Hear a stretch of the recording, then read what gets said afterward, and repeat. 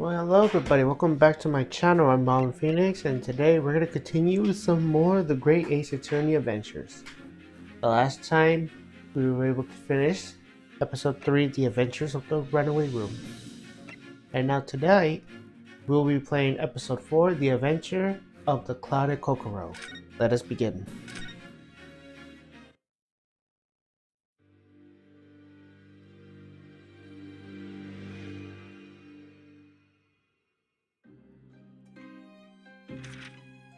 I begin to think, Wilson, said Sholmes, turning his head languidly in my direction, that there is more to this case than that which we have observed. Indeed, that there may be another part to this story that we are yet to discover. His eyes wandered, following the steam rising from his cup of herbal tea, leading him to the distant memory of that snowy evening. To the young lady collapsed on the pavement along Briar Road, and to the knife in her back. Lit in the soft glow of gas lamps, a most extraordinary scene had been set. And under the cover of a light fog, the curtain had risen silently on the insoluble mystery of our invisible killer.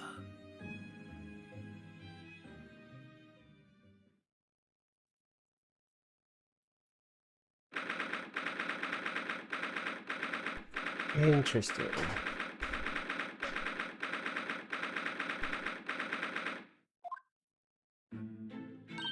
Did you sleep last night, Mr. Naruhodo?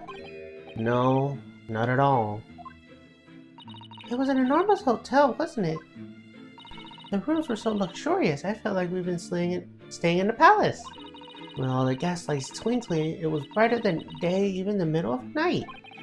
What about the enormous beds? After my time in the Estes Brewery, I wasn't able to waste a single inch of that space. I spent the entire night rolling from one side to the mattress to the other.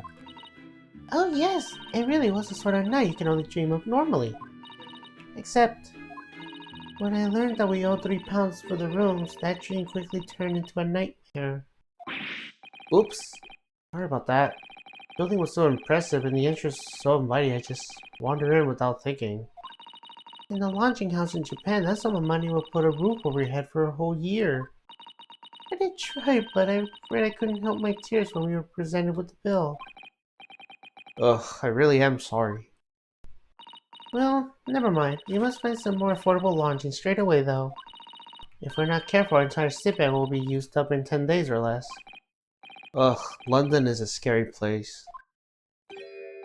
Oh, good morning to you at this fine early hour. Oh, yes, well... Good morning to you, Lord Chief Justice. We have come to report the outcome of the trial at the Old Bailey yesterday. Suzato-san is amazing. She didn't bat an eyelid, even in the presence of an imposing Lord Strongheart. Yes, I believe you had a very comprehensive intuition into British courtroom practices. Oh, yes! It was so very eye-opening. Thank you. And in accordance with your instructions, Lord Strongheart, Mr. Naruhodo performed his duty to the end. Yes, I've already been apprehended of events. You conducted a remarkable defense. You may consider your test passed. Oh. No longer you are a student from the Empire of Japan. You may henceforth claim to be a full-fledged lawyer. Hello, Allie. My country is delighted to welcome young talent from such a remote eastern land. Thank you very much. So, I'm a lawyer now. Now, in the view of your next appointment, I have a fresh case in mind for you.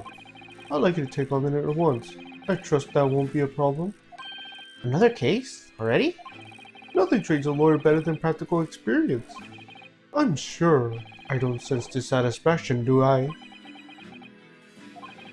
It's just that yesterday's trial ended unusually. I haven't quite come to terms with it. What's to come to terms with? The man was cleared. But what were you hoping for?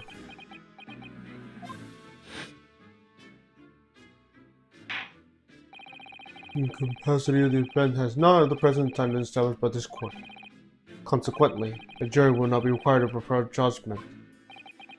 Well, Lord Van Zeeks, it's been a pleasure, so it has.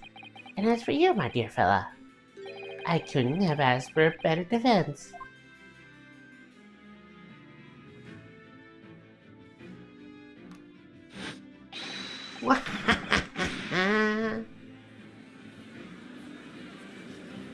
Yeah. I just can't help wondering if Mr. McGilded really was innocent. Mr. Naruto! It's just that I never managed to ascertain the truth. The trial ended. Whoa, you need to let it trouble you for a second longer. Sorry? What do you mean, Lord Strongheart? Magnus McGilded passed away immediately following the trial. No! What? Mr. McGilded is dead? I have 19 minutes and 41 seconds until my next engagement. Time enough to talk.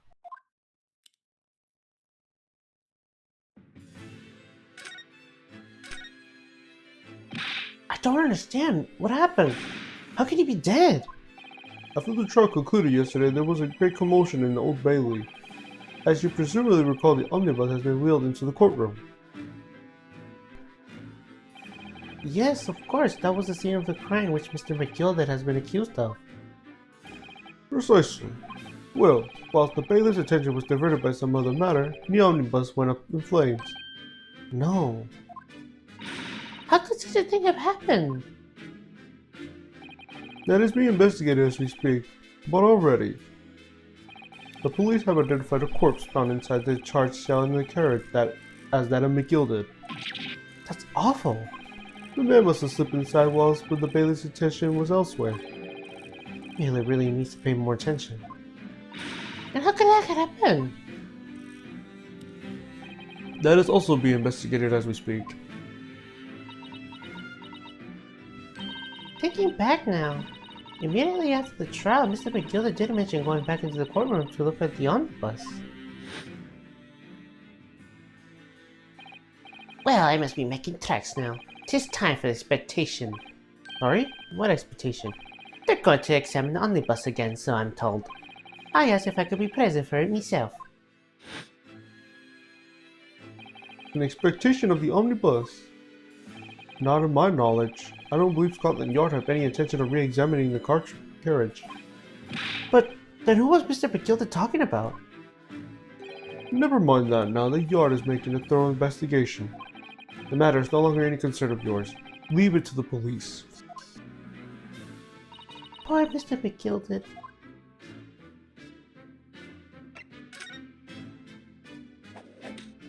So, how did you find your first taste of our country's Supreme Court? Oh, well, I don't know. I mean, it was... wow. Mr. Naruto means that the whole experience was steeped in the solitary of Great Britain's long history. It's really a world apart from our own judicial system in Japan, which is only a few short decades old. Wow, Susato-san has such a way with words. And you seem to have a way of failing to find the right ones. The judicial system here is the most advanced in the world. Learn all you can. The most advanced in the world, is it? It was fortunate that your very first trial was a simple affair. Simple? That was simple? As I believe I mentioned yesterday morning, it was a trial you couldn't lose. I don't mean to be contrary, Mr. Strongheart, but the case was anything but simple. The circumstances of the case were so incriminating, I was stunned when I first heard them. In fact, it's still pretty hard to believe that we managed to get a favorable verdict. Is something funny? No, my apologies. However, the fact is that you did receive the not guilty verdict you set out to achieve. And that can only be attributed to exceptional talent, wouldn't you agree? Well, I don't know about that. Well, never mind. You exceeded my expectations, I freely admit. That much, at least, is the undesirable truth. Which is precisely why I prepared a new case for you that I mentioned before. What's going on? What was he going to say before? Could you perhaps give us some more details about the new case you mentioned? Don't tell me it's a murder, and a trial starts in 10 minutes. Don't worry, it's nothing too alarming or quite so urgent as your last assignment. In fact, this case is completely different. Oh, I see. Did he just read my mind? That is to say, no one has died. As yet. And the trial will not be today. There's plenty of time to research the case thoroughly. 23 hours, 43 minutes, and 19 seconds to be precise. Ah, so the trial's tomorrow then. Is everything alright? Oh, yes, I'm just a little confused, that's all. Yesterday's trial was... well, it left me wondering if I really cut out for being a lawyer. Oh, Mr. Naruhodo. I don't know if I could face standing in that courtroom again after Mr. McGilded's trial. Oh yes, I nearly forgot. There is one similarity with yesterday's case. Once again, there is currently no one to advocate for the defense. Oh! If the situation remains unchanged, the trial will start tomorrow with the defendant unrepresented. And if that happens, I need not remind you of the inevitable outcome. The most terrible end awaits the defendant. Yes, that's right. Ugh, here we go again.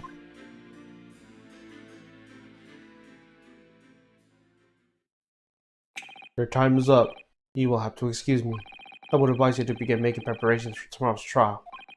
After all, the clock is ever ticking. There is now but 23 hours, 23 minutes, and 39 seconds until the court sits. Last time he mentioned was 23 hours, he said it was plenty of time. And one more thing, Mr. Naruhodo. There is something I should like to ask you. Oh, what's that? Yesterday, you remarked upon something. That you intend to see through the will of your late companion, Mr. Asogi.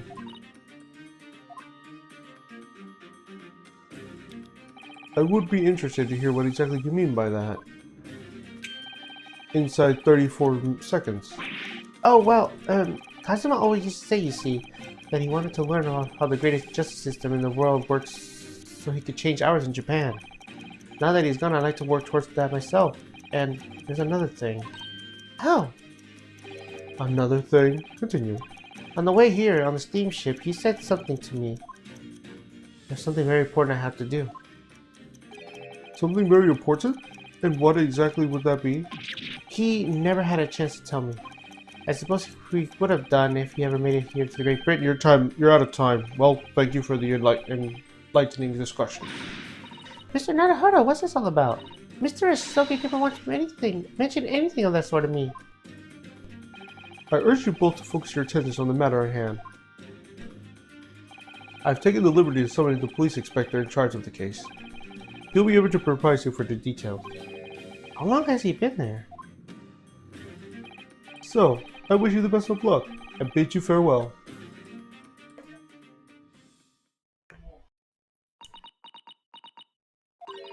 There's something very important that I have to do. Kazuma-sama, what did you mean? I wish I knew, but honestly, he never told me. Anyway, we had better talk to the detective, don't you think? Yes, you're right. I hope I'm just imagining him, but I wouldn't say he looks pleased to see us at all.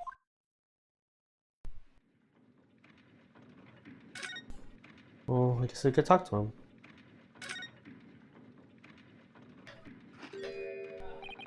Can we trouble you?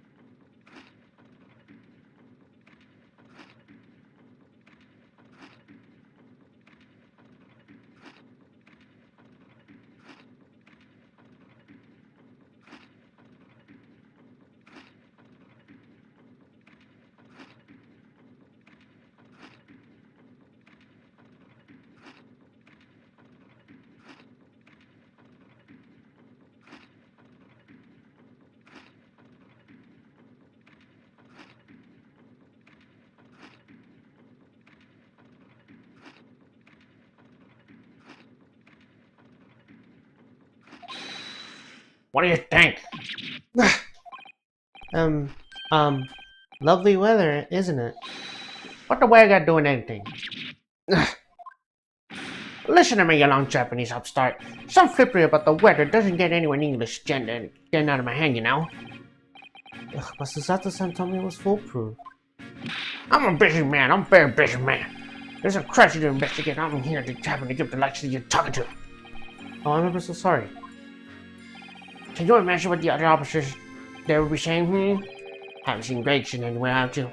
No, he's too busy with the big ones these days. And all because of a pumpkin who was here, the jots of the country I never even heard of. Hear that ripping sound makes my reputation at the yard going to shatters. No need to rip us apart as well. I don't believe you've been introduced. This is Mr. Ryunosuke Naruhodo, the defense lawyer. It's a pleasure to make your acquaintance. I'm Mr. Naruhodo's judicial assistant, Eh? It's lovely weather we're having today, isn't it?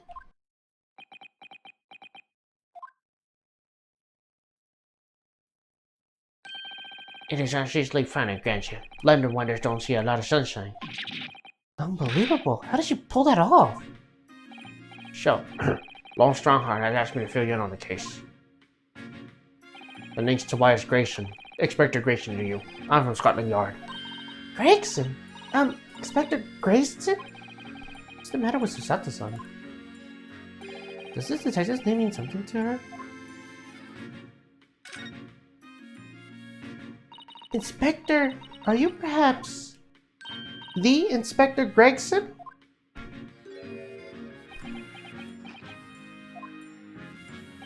You're acting like you know this man, Miss Susato. But he's a London detective. Oh, I do know him very well, in fact. Very well?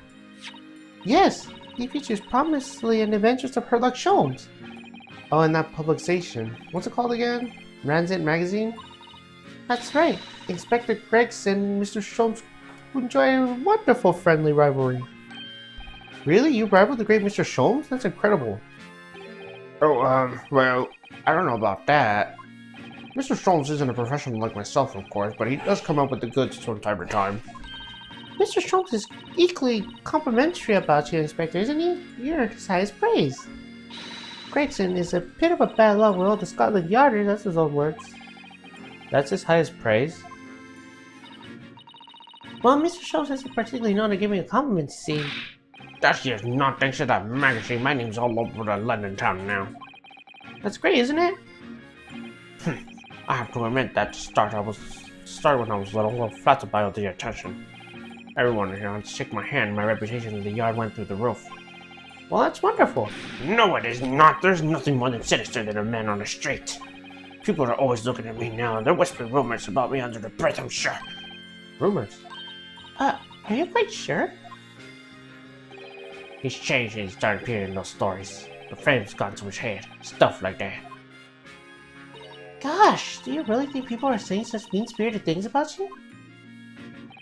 Like I said, they whisper, so they can catch exactly what I'm saying. But I know what folks are like. I know what I'm saying. I'm sure as eggs is eggs.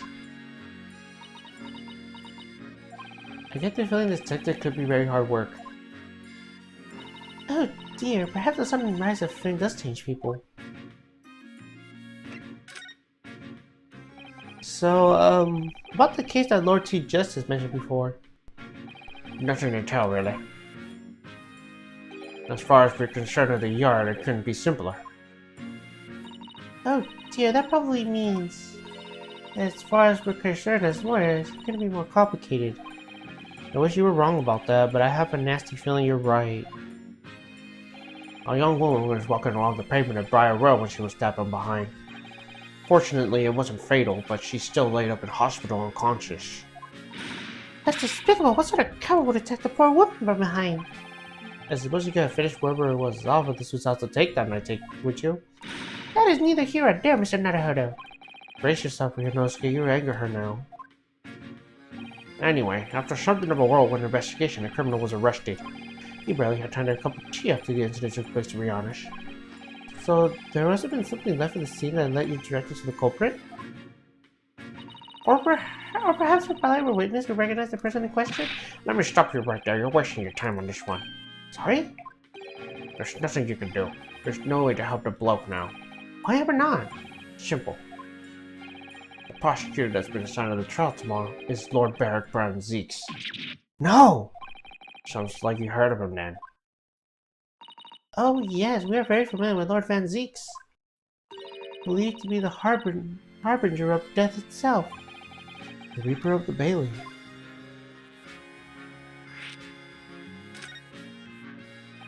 Lord Barrett Van Zeeks, who we faced in court only yesterday. Mr. McGilda told us about him before the trial, didn't he? When Van Zeeks sends for prosecution, they called the accused as sacrificial lambs. And every single trial in which he has been the prosecutor, the accused has been damned. This Reaper of the Bailey nickname, I suppose he earned that because every divinity he advocates against is found guilty, is that it? Well, if that's the case, we should inform you, Inspector, that in yesterday's trial against Lord Van Zeeks, Mr. Naruhodo secured a verdict of not guilty. Ha! And what of it? Well, I think that means that even against the Reaper of the Bailey, it's not impossible to save the defendant. No, you really don't have a clue, do you? What do you mean? What happened to that bloke in the end, huh? He's dead. Ah, Magnus McGilder came to copper in the omnibus when he went up to flames. So you can't rightfully say you shaded defender, can you? What? What are you saying? Look, if Van Zeeks could get a dirt sick than anyone, he'd be a miracle worker. But that's not how it goes. He doesn't work miracles, he works magic. Black magic. I have a good long think about that if I were you. Are we really supposed to believe that?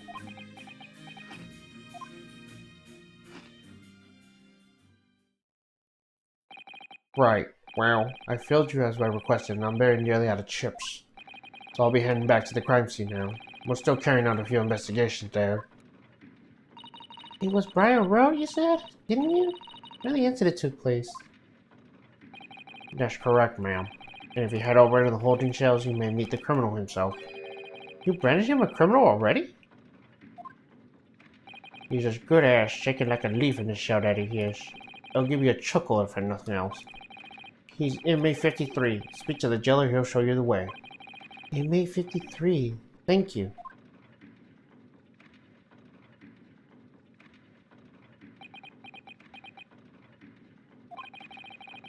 There's no helping anyone against the Reaper of the Bailey, they say. Is something troubling you, Mr. Naruhodo? To tell the truth, when I recalled the trial yesterday, I can't stop myself from shaking.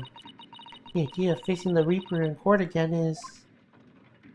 Well, if you think it's too much for you, there's no shame in turning the case down. That takes courage too. But if the man they arrested is innocent, you could well imagine he'd be shaking like a leaf in his cell. And I for one wouldn't find the sight of that funny. So, if I'm honest, I'm still reeling from the shock of yesterday's event myself. But I'm really not sure if I'm able to help this man wherever he is. But I'd like to try. I think I'm going to make some inquiries. Will you help? Did you really think you had to ask? After all, I am your traditional assistant. Thank you. So then, shall we? Yes, let's go!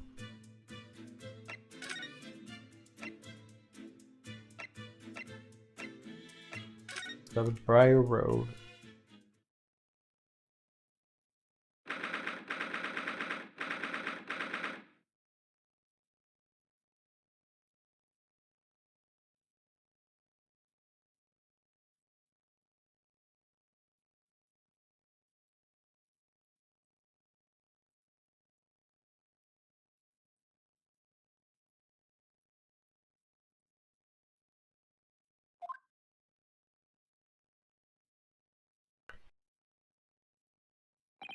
So this is where it happened. Briar Road. Ah! Look, Mr. Naruhodo! Look at that regulation metal helmet. It's unmistakable. The men of Scotland Yard are here. They're investigating as we speak. That is their job, you know. But Mr. Naruhodo, to see with my own eyes. They're often depicted as the Avengers of Herlock Sholmes, but I never dreamt they will come this close.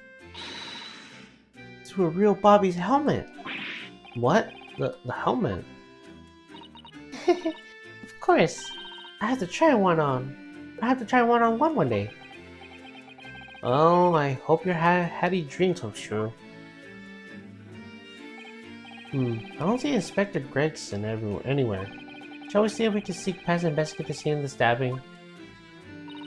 Why should we sneak? I don't want to upset one of the hot bobbies and be butted in the head by one of those metal helmets. My skull could crack in too, I'm sure. Oh no, an English bobby would never do such a thing. This is a land of gentlemen, you know.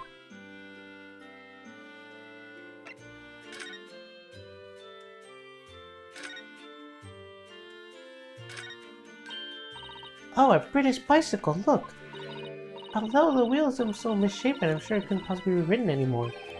Someone was really doing some breakneck cycling. It seems bicycles have become extremely popular in London recently. There's even a movement to change women's dress to allow them to ride as well. A bicycle fad wouldn't last. I don't see why anyone would ride something like that. Goodness, do you dislike bicycles? No, not at all. I mean, it's not like I dislike them exactly. Just any occupation that involves taking both your feet off firm ground seems reckless. If you ever try walking on stilts and fall into the river, I know you'll agree with me. We'll have to hire a bicycle sometime. You can sit behind me while I ride you around.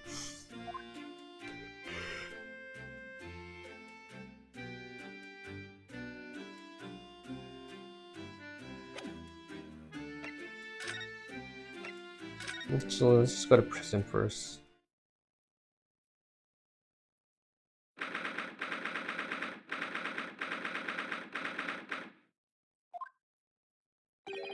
These are British prison cells. Oh, they're ghastly. It feels just like a dungeon. Yes, and having experienced it in Japan myself, I can assure you that our wooden cells feel a lot cozier than these cold stone walls. Oh, don't, Mr. Naruhodo, you're making it seem worse. Apparently our client is in this cell here. But it's so dark in the back there, I can't make him out. I wonder what he's like. Inmate number 53, your legal representative is here to see you. Stop hiding in the back of the cell. Show your face at once. Am I a cat? As yet with no name? Calling me by my number is utterly, mistakenly, unjustifiably unreasonable. I refuse to answer. Mr. Naruhodo, what? What do you think is going on here? I have no idea. But I wasn't just hearing things, was I? I tired of complaints. It was in Japanese.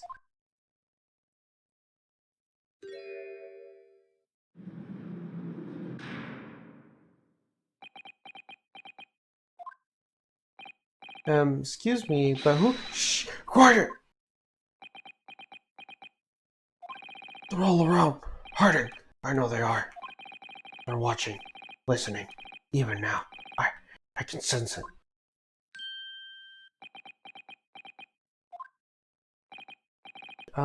Right. So could I ask you who exactly? There you are! You come to crush me, haven't you? Don't try to hide it. You're a ghost. Ghost?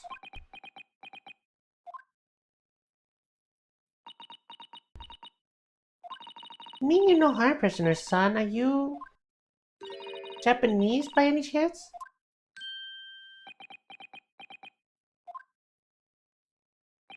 This is beyond my wildest dreams.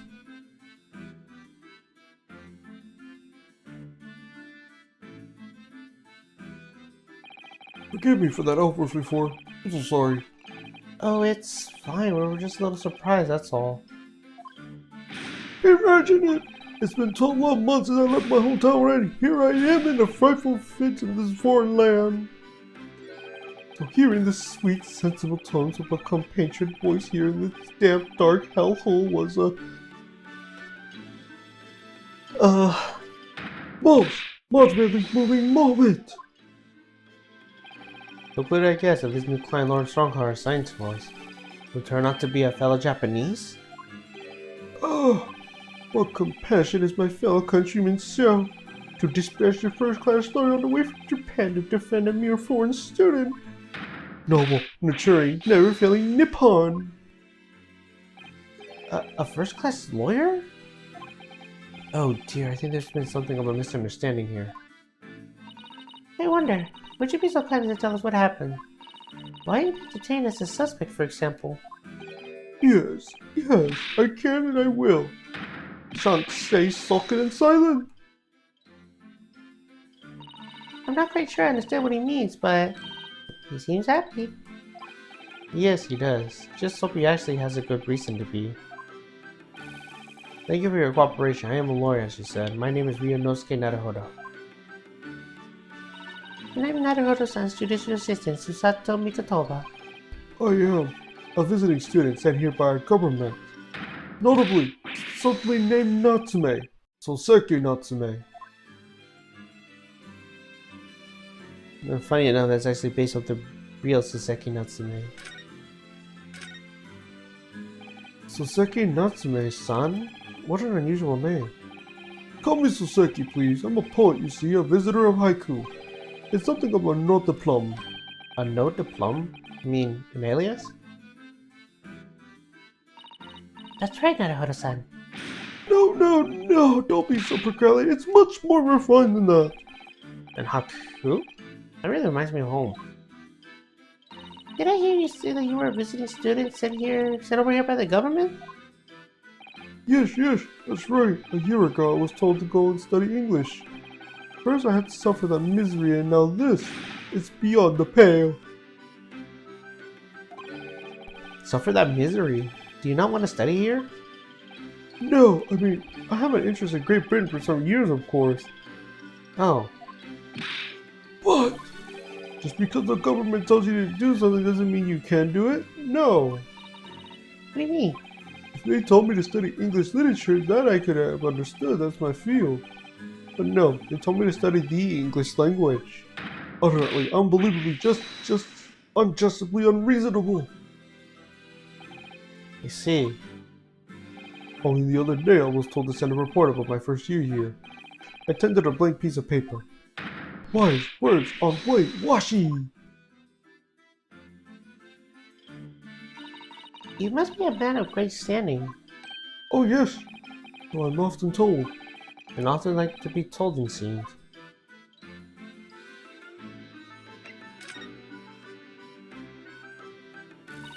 Could you perhaps tell us exactly why you've been arrested, Soseki-san? I didn't do it! I didn't commit that atrocious murder! Murder!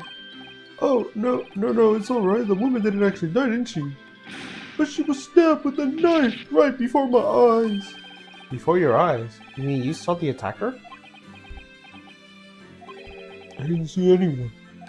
What? If I had seen the person who did it, do you think I'll be locked up in here? Oh dear, it seems this case is becoming rather complicated. Why me? Why me? Why did that silly woman have to be stabbed in front of me? It's a curse, the curse of London. It's incredibly, inexcusably irritating, inconvenient. So Soseki-san was there at the scene, but he didn't actually see the attacker? Why don't we find out more about the case?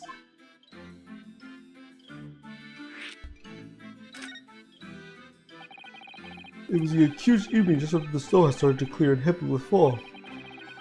I've been in the bookshop to buy some books and I was on my way back to the accursed lodgings. Sure the bookshop wasn't accursed too? As I walked on the accursed pavement, I could make up a sole silhouette of another ahead of me. A woman, wearing a green overcoat she was, and just when I went to overtake her, she suddenly let up a little scream and collapsed into the cold, hard stabs of stone at my feet.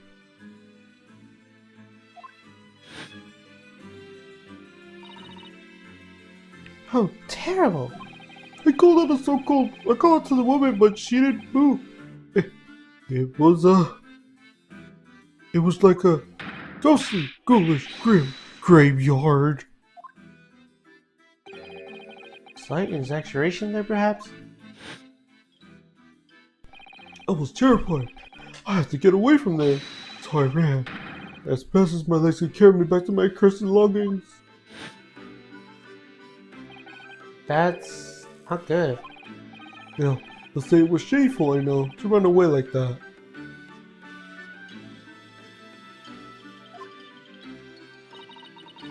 Tell me, Soseki-san, was the victim opinions of yours?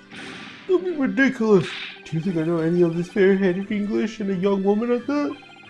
I'm different and shy, timid, I'm sure. I can't talk to people. I see. A young woman unknown to Soseki-san. And at the time it happened, who else did you see nearby? Did anybody pass you? Regrettably, apart from myself and the woman, I didn't see a soul. No one? Oh, great. The victim was unknown to you and there was nobody else in the street at the time. That creates something of a conundrum, doesn't it? What conundrum?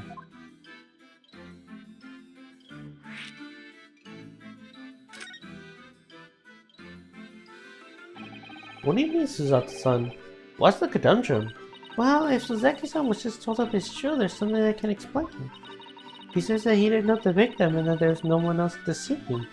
Then he apparently fled without having been seen. I did. But if that's the case, surely this man has to be the culprit. You! What did you just say? Nothing! I didn't say anything. Oops, perhaps I thought a little loudly. Actually, that's not what's troubling me. What I was thinking was, how did Soseki-san actually come to be arrested? Sorry? He didn't touch the victim and there was nobody at the scene to see him. So how did the police ever discover that he was there in the first place? Oh yes, she's right. It was him. That accursed great detective. He led the police to me. Of all the bad luck. A cursed great detective? Could it be? I shall never forget that man's slavery as long as I live. With his naughty laugh and his self-proclaimed greatness. Brash, big-headed, busybody, be gone. May you be cursed until your end of the days, Herlock Sholmes. I knew it. Mr. Sholmes?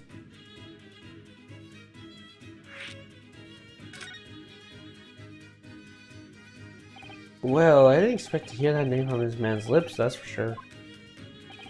It was the morning after the nightmare had unfolded the payment before me. It was crawling to the sober the harsh cheese when some men suddenly burst into the door. They started shouting at me, "This is the police, put the weapon down!" Yes, it was a thin silver and yes, it was hard, but I wasn't eating a weapon. Disgusting, dirty discrimination devils! You clearly had a trying morning yesterday. And there he was in the middle of all the policemen, grinning like a Cheshire cat. Is that Herlock Sholmes? It's actually just Herlock Sholmes. He's English. I since found that he's a famous name and attention here in London. Yes, the great detective is really very well known. And his overshaped, sharp mind manages to deduct my whereabouts apparently. He thinks I'm a knife-wielding madman. Me, this weak, stoop kitchen of a man. I wonder what great deduction persists until I have this conclusion this time. Do you mean to say that Mr. Sholmes' deduction was the only reason the police arrested you? That would be really most unreasonable. Well, the thing is, I was thrown into panic when they barged their way in. Of course you were. That's only natural. I was terrified and trembling, and they kept throwing questions after question at me in impossible English. Fiendish foreign filled flammery.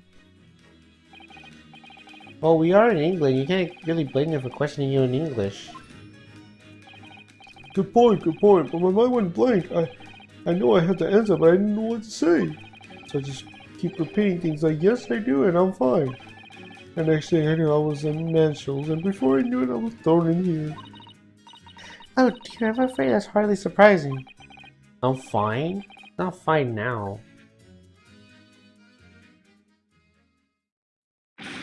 Mr. Naruhodo Esquire! Oh, you can just call me Naruhodo, and we're just speaking English. A simple mister is more than enough. Oh yes, oh alright, yes, they really got to me. This country is poisoning my mind.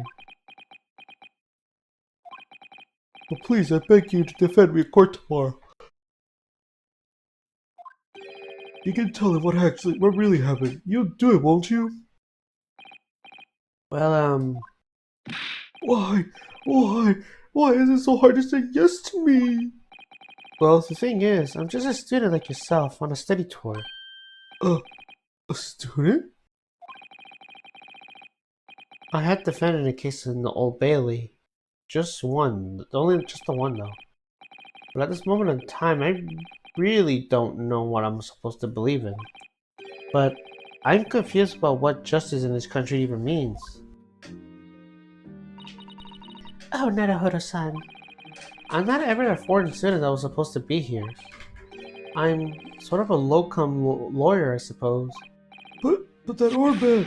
That's the mark of a defense lawyer from our great empire! It's a keepsake from the man who should have been here. He was my best friend. A keepsake?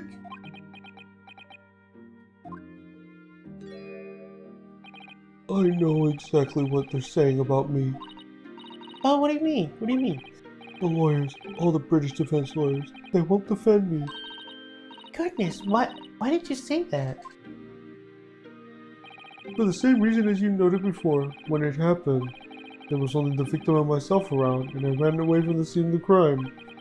I'm not a fool. I know it looks as though I might be the culprit. It must be hard for you, Sozaki-san. And anyway, I'm a student from overseas. I'm just a foreign nobody to them, someone not to be trusted. I heard them openly laughing about me before, my ears shut without any compunction at all. Any trial for this man would be a waste of time, they said, and of course the foreigner did it. They even had the gall to say this man doesn't understand half of what he's being said anyways. It's awful. They're wrong! I study more English than half of the policemen out there on the street. I travel halfway around the world to learn about these people's country and its great history. But no one here wants to listen to the man with the strange accent. They all hated me. So, at the very least, I like to entrust my faith in someone who can listen to me and my naive tongue. You could do it, couldn't you? When I look into your eyes, I can see it. I can see what you've been through. Sozaki-san, it's just that...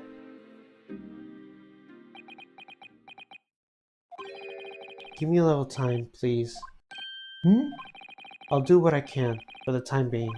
What do you mean? We should investigate this case as thoroughly as possible. If we can find some clues, it will give us a much better chance, I'm sure.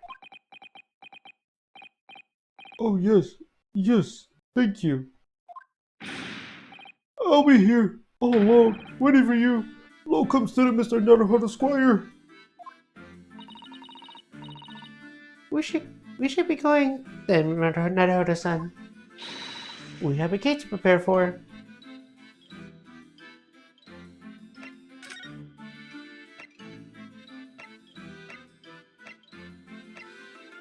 Alright, let's do it.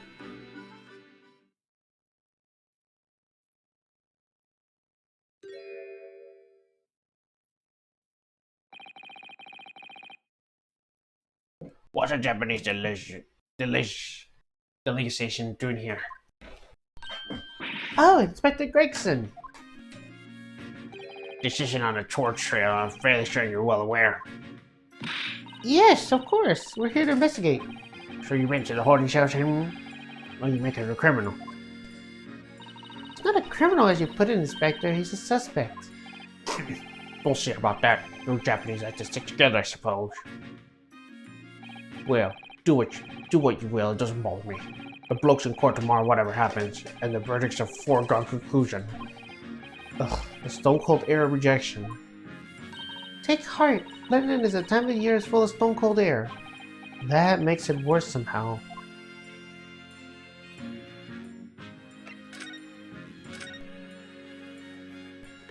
Tell me about Scotland Yard, Inspector. Ever since I read about the adventures of Sherlock Holmes, I've been fascinated by the place. A yard is the most sophisticated police organization you find anywhere in the world, ma'am. Oh, and you know I was jumped to wearing a real Bobby helmet. It does make it look the part, seeing the policeman there and the helmet on. You certainly get a sense that this is the man who is taking no nonsense and is duty to protecting the city. Oh yes, doesn't he look wonderful? Being in London, Bobby is hardcore, I tell you. Oh really?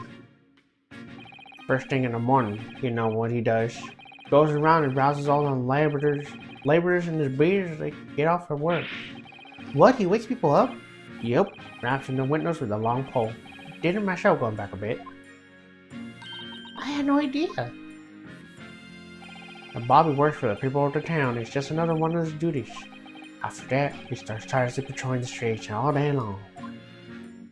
He has to cover 20 miles a day. That's the regulation distance. I can't really imagine how far that is, but it sounds like a long way. Let me see. 20 miles. That's approximately the distance from Tokyo to Yokohama. On foot? That's definitely taking things a step too far. And when it's dark, of course, he has the important job of lighting all the gas street lamps. Oh my. And supposing between all the duties, Bobbies are expected to investigate the cases as well. And chase after criminals trying to evade the law. I'm not sure you could call it in between exactly. More alongside, but yes. They're expected to handle these jobs as kill. We do have a man kneeling over from time to time, I admit. I always dreamt of wearing one of those helmets, as I said. But it's with a heavy heart that I shall have to relinquish that dream to you, Mr. Naruto. Your heavy heart will be my heavy head if you do. It happened around 5 in the evening 2 days ago, just there in the open bit of pavement. The victim, a young woman, was stabbed with the blade from behind. Isn't that right in front of the lady? Isn't that right? The lady's still unconscious now? You mentioned that she's being treated in the hospital. I never said she was a lady. Truth is, unless she comes around pretty smartish, we won't be able to find out much about her at all. I suppose that means we haven't been able to take a statement from her, of course. Here's some maps of the local area I happen to have with me. You can take it if you want. Really? Are you sure? It's yard policy to give lawyers defending suspects an odd bit of information to go on. I haven't actually accepted the job yet, but still. Thank you, Inspector. We gratefully accept.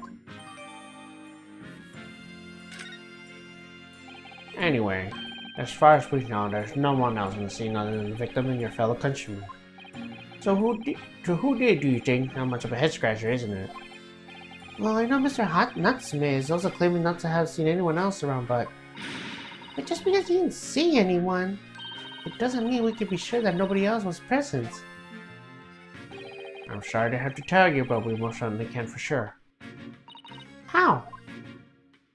Because, ma'am, the precise moment the stabbing didn't go unnoticed. It what? We have two very reliable witnesses in all flesh. It was a typical foggy London day, and your client obviously didn't see him. There are witnesses now?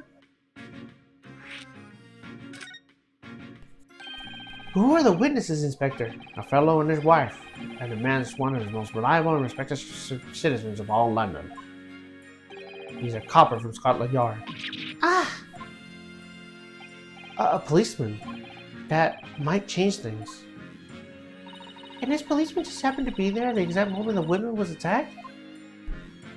Nothing particular about that, ma'am. Part and parcel of being a bobby, casting, banging, and acting all that. Do you think it might be possible for us to ask the policeman a few questions? Be my guest. You can ask him what you like. In court tomorrow. Oh. I wrote down you'll be summoned as a witness. So that'll give you something to look forward to. That's that, then. You have no intention of letting us meet the man before him, it seems. A policeman witnessed the incident? As your judicial assistant, I must warn you that this could make our job very difficult indeed. Yes, I said not judicious, and I could have warned me on that too. Oh yes, one more thing, Inspector. What? The person elected to the suspect. I heard that it was Mr. Herlock Sholmes. What are you bringing him up for? Was it something I said? The color is drained from his cheeks.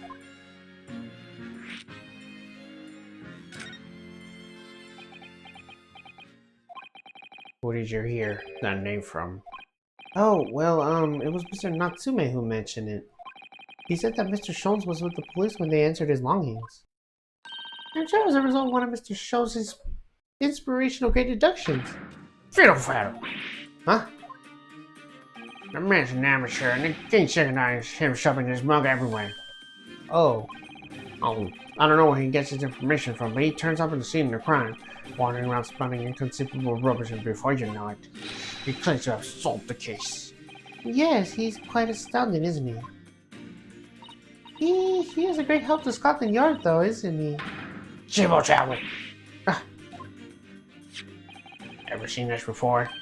Oh, yes, that's Rancid Magazine. A wonderful publication in which the adventures of Herlock Sholmes appears. Yes, well, that wonderful publication, as you put it, sees fit to include several of the Yard's detectives in the stories.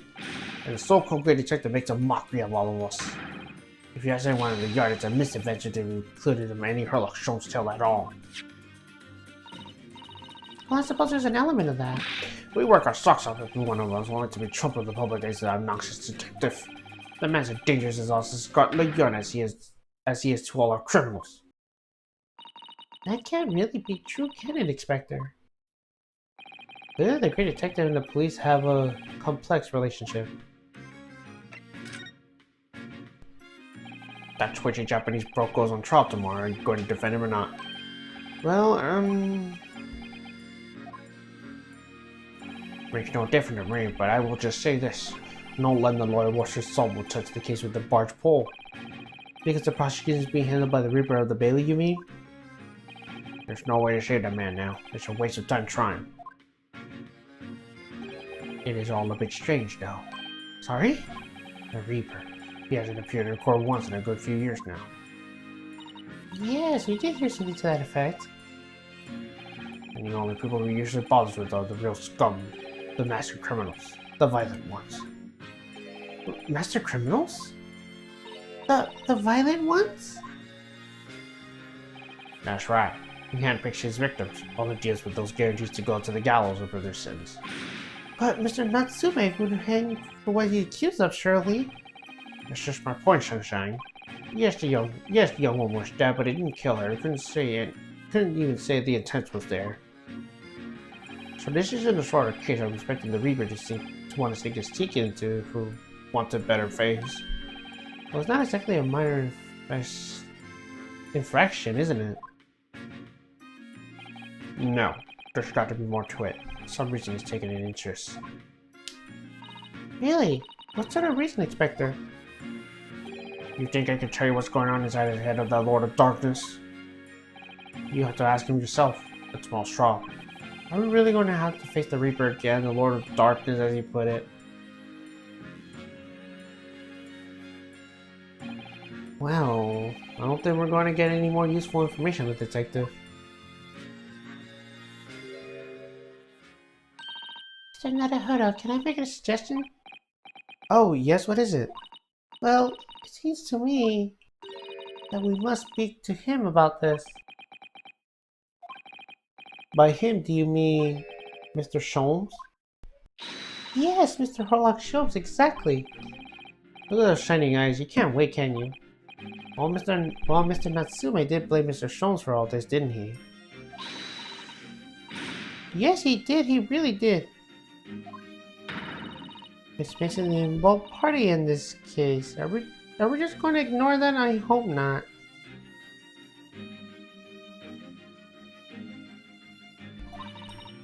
I assure you, it's not simply my selfish desire to meet with Mr. Sholmes again.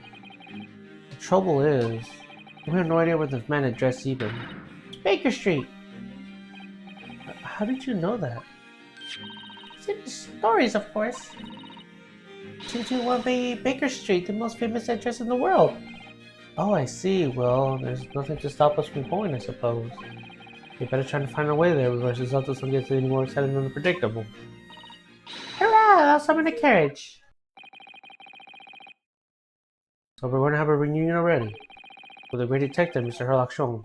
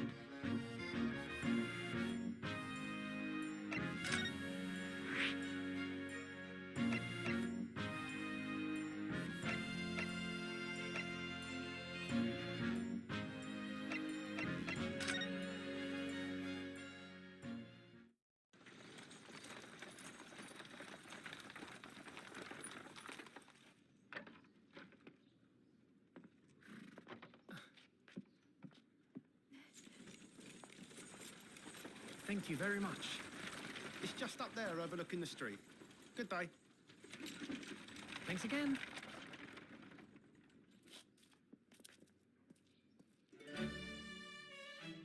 This is it. The residence of Mr. Herlock Sholmes.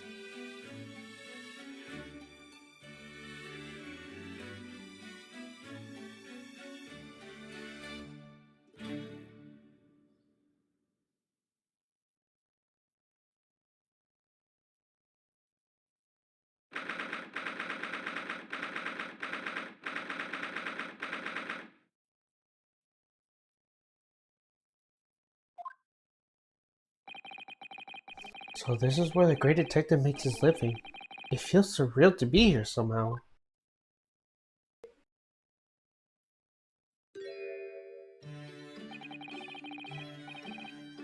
Is it as described in the stories, Miss Susato? Susato-san? Many famous cases have been solved here in this very room. Oh, I suppose they must have been, yes. I never read the stories, but it was quite as hard as excited about it as she seems to be. The detective chased the victim relentlessly as he appears to the fog down the outlit London Street.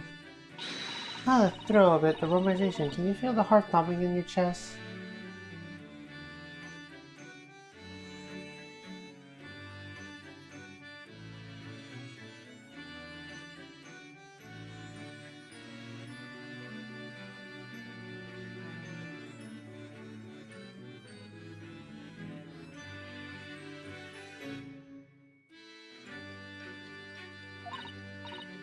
Can you, Mr. Naruhodo? Oh, I suppose I can, yes. If you don't mind, I'll just stand here and soak up the atmosphere for a while longer. Please, don't mind me. Ah, she's obsessed.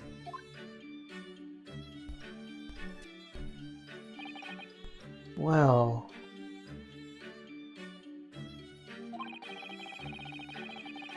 It looks like our detective friend isn't home at present. Excuse me, is anyone home?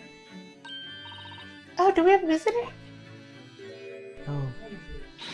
Hello! This is a big new case for Mr. Scholes. Hello. Wait, aren't you? Oh, how rude of me! I'll go and make some tea at once. I'm sure it's the same girl. Miss Susato, do you see the girl who's just here? Oh yes, isn't it truly extraordinary? It seems that the king of Boma came to this very room and Mr. Sholmes to take his case. The king of Bowera? Mr. King Wilhelm Gottfried Sigmund von Ornstein, of course. Well, I can't believe I tried that. Sorry, I'm drawing a blank. Forget the adventures of Herlock Sholmes for a moment and look over there. The tea's brewed and freshly baked cake as well. It's you! I knew it. Susato recognized her too. Ah, there you are! And I'm taking that with you as well. I was looking forward to the trial run by the experimental smoke grenade launcher. Oh, good day to you. I'm, well, an inventor, I suppose, of that machine. It's the girl who turned up at the end of Mr. McGillicuddy's trial to defend his antechamber. I never met a lord from the Far East before. Or you have to get straight to work when you just arrived in London. Oh, yes, it was challenging. Well, try this tea. It's my special blend, you know. Oh, thank you. Is tea supposed to look that color? Oh my, what a fragrant young mellow flavor. Hooray, it's the winter. I tried blending different leaves designed to advocate fatigue, you see. You must be exhausted after your long voyage here. You must have another ticket trial tomorrow. Oh, and you're here to defend a Japanese man. I do wish you lots of luck. Did Mr. Schultz tell you about us by any chance? Oh, you know Hurley, don't you? Hurley? Mr. Schultz, you, Shirley? Mr. Schultz was a fellow passenger that boat that brought us to Great Britain, you see. Was he really? Well, I had no idea. I'm afraid Hurley's out of the errand yet again today, even though he just returned from overseas. Wait a minute. We met this girl for the first time ever yesterday after the trial, and only briefly at that. How on earth does she know so much about us? Did she do all those things you think? And perhaps more to the point, why is she here at Mr. Sholmes' suite? Oh, silly me, I haven't introduced myself, have I?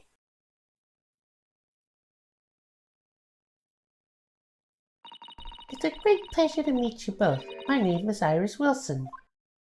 I live here together with Hurley. Ah, Iris, is it? What a lovely name. What? Matter.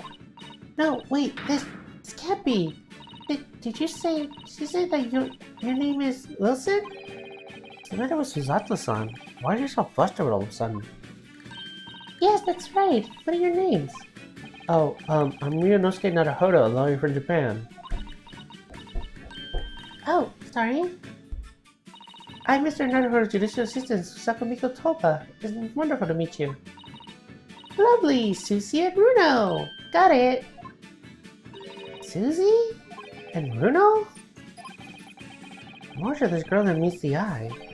I have so many questions for her, I don't know where to start. Yes, and so do I. Hold on. Oh, I see pictures of Western musical instruments like this. It's called a violin, isn't it?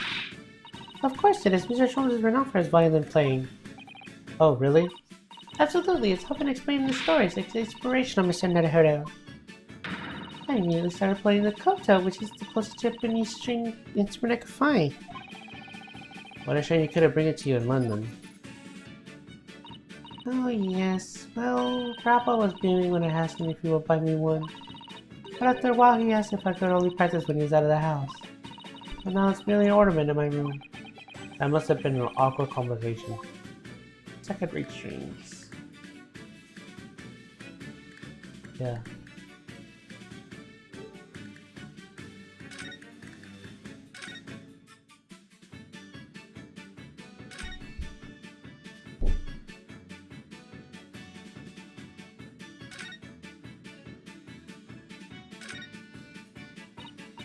That's my blackboard when I note that ideas. Oh, interesting. Let's see. Black Peter? What does that mean? Don't you want to hear what Iris has to say, Mr. Naruhodo? I'll come back to that blackboard later. Right, because this also has to do with the trophy.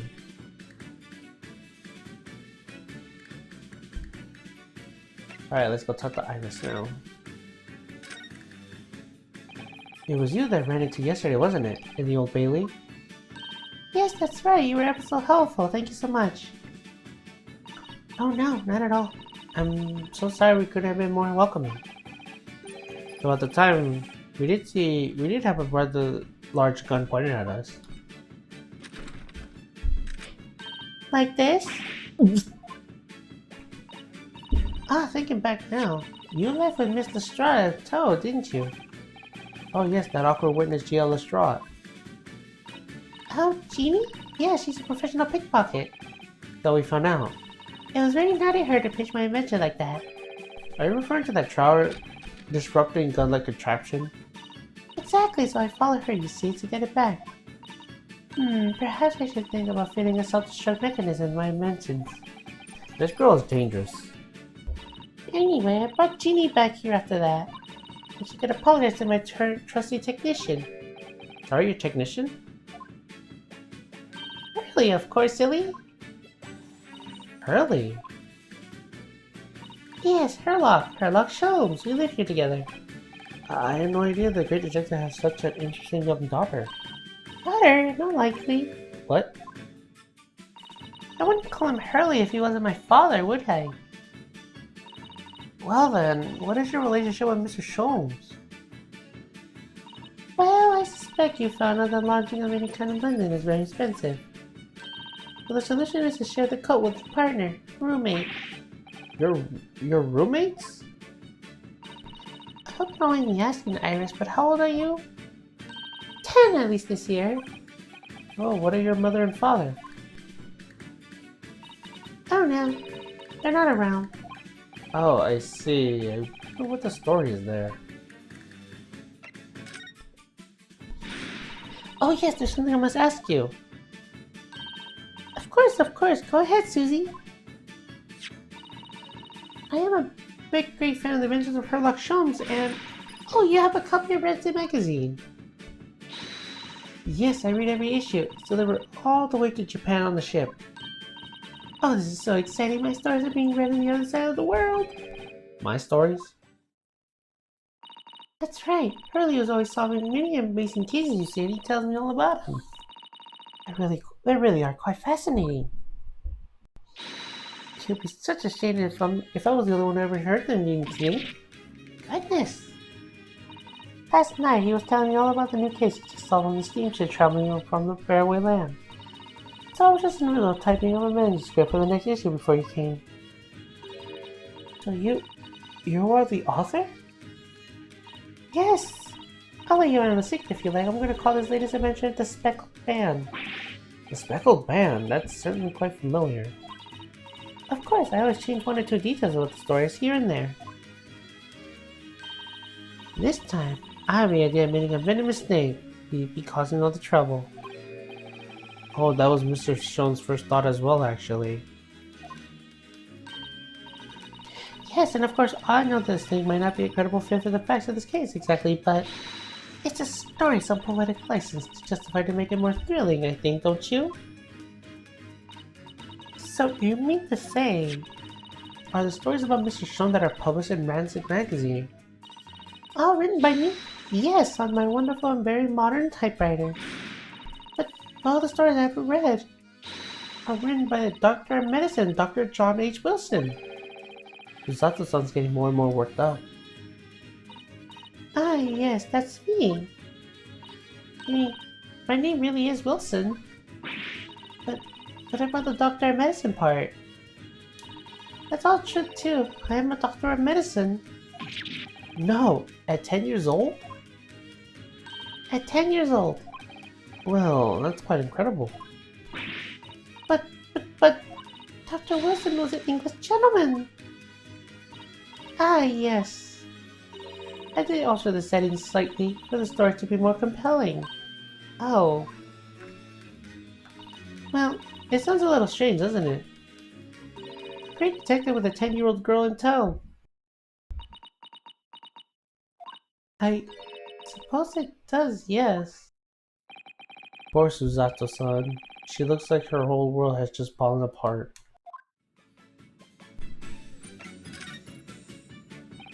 About before. Yes, what's on your mind, Bruno? Do tell me. How did you know that I was a lawyer and we're just arrived in London, I mean? Yes? Oh. And now we have a difficult trial tomorrow. How do you know all that? Oh, that's what you mean. Please, tell us how you did it. Explain every detail. Of course, I'll be delighted. Though, there's really no mystery. Now, let's begin. Iris Wilson is proud to present her Logic and Reasoning Spectacular. First of all, I knew already that you were a lawyer, Bruno. After all, I met you yesterday at the Old Bailey at the Defendant's Envy Chamber. But you also said that you really just arrived in London. How did you know that? I observed the passport and travel ticket approaching from your breast pocket. Oh, So I was reasonably confident that you must only have just arrived in our country. And on top of that, you accepted the case against a particular prosecutor, telling me you are unaware of London's court affairs. the Reaper of the Bailey? I walked right into that one, didn't I? Also, then I noticed a red ink stamp on the back of Susie's hand. You were given that when you first visited the local prison to meet with the suspect, weren't you? Earlier today. Ah. They used those stamps to keep a close eye on comings and goings, you see. I didn't realize. And the red stamp was only used for people visiting foreign inmates.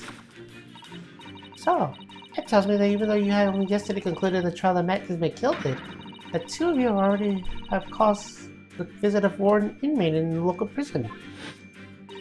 However, neither of you were wearing a particular sad impression in your face, so I concluded that the prisoner was only likely to be a friend or a relative. That led me to believe that you must have accepted a new case. I see. But how did you have known that the trial is tomorrow? Well, having barely been home for a few hours yesterday, I hardly saw yet another case. It obviously amused him. He told me that he caught a Japanese man who was bawling and trembling. Japanese man? Well, this clearly must have been... Mr. Natsume! Now, Bruno has a fancy Japanese sword. And I think your husband is called a kimono, isn't it, Susie? Well, anyway, it was clear to me that you both come from Japan yourselves. So I put two and two together and decided you must be defending a Japanese man Hurley caught. There's only one conclusion these facts could have led me to. You both came here to ask Hurley about the case. There's a note on the manuscript that says the man's trial will be tomorrow. Hurley's always stabbing his notes with a knife, you know. He is silly. And that's all there is to it, really. Thank you for listening. I'm Iris Wilson, and that was one of my great deductions.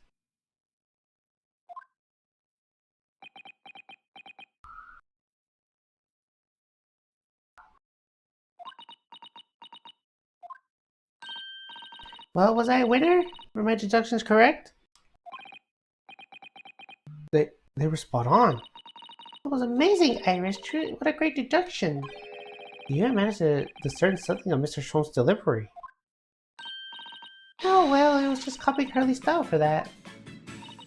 This is really good news. You can tell us all about the case involving the Japanese man. You will, won't you, Iris? Please?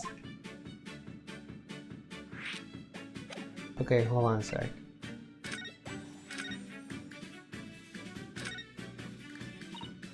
Ah, that's my blackboard where I note down ideas.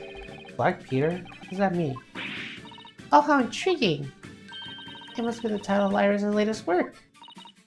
Oh my, I wonder what fantastic tales awaits us.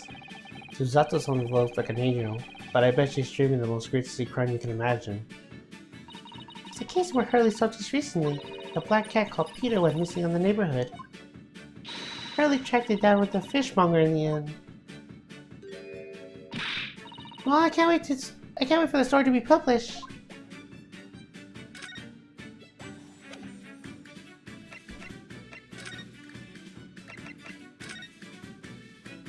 So yesterday, Mr. Sholmes apprehended a Japanese man, you were saying? Yes! Hurley has just arrived back to London after a sea voyage. But the police were waiting for him at the railway station to take him directly to the crime scene. Ah, the great detective is a popular man, it seems. Apparently the woman was stabbed in the quiet street somewhere in town. There were witnesses who had seen the short, shifty-looking, stooped man running away from the scene. A short, shifty-looking, stooped man? Mr. Natsume, beyond a doubt. Tozaki-san said that he didn't see anybody else in the street at all. But it seems there are witnesses after all. Hurley used his detective powers to determine the man's address. It was a laundry room very recently. He went directly there with the police, and what did they find? A short, sifty-looking, stooped man shivering in fear. Ugh, Mr. Strom's great deduction certainly hit the mark this time. Of course he did! Of course I did, he's a great detective. Still, that means that the incident occurred only 2 days ago. Surely tomorrow's too soon for the trial, isn't it? Definitely. We have no time to investigate properly. Hurley says the lead in his rifle with crime. Oh. Scotland Yard is doing his best, but they can't stay on top of it apparently. Oh dear, I haven't realized the situation was so dire. That's why they can't afford too much time investigating cases and trying the criminals in court. Staff and money are both short. Crimes are usually pinned on the first suspicious person. That's terrible. I suppose it's the harsh reality of the workings of the world's greatest justice system.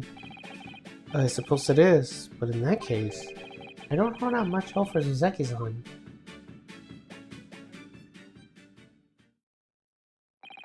Thank you for answering so many of our questions, Iris. This has been very informative. Oh, you're most welcome. I had so much fun. Do you happen to know where Mr. Sholmes is at the very moment? As you guys, we'd like to ask him some questions about the case as well. Ah, well, I suspect Hurley is still investigating the scene. Of the crime involving Mr. Natsume, you mean? Yes, Mr. Nuts. Oh, May? Hurley said he was going to the men's loungings. If you're late now, you'll probably catch him there. Ash, do you know where those loungings are? Oh, you mentioned the police are still investigating the scene of the crime themselves, are they?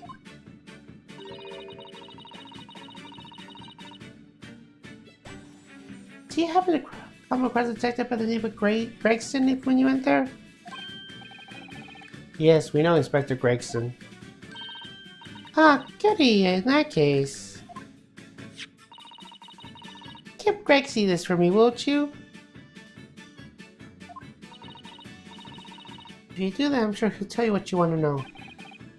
What is this?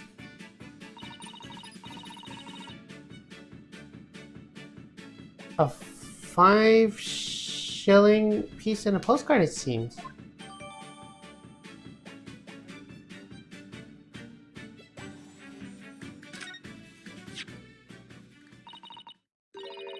Please tell the gentleman in black whatever he wants to know. I trust that it won't be a problem.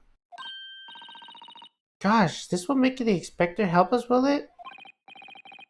Well, thank you, Iris. We'll give it a try.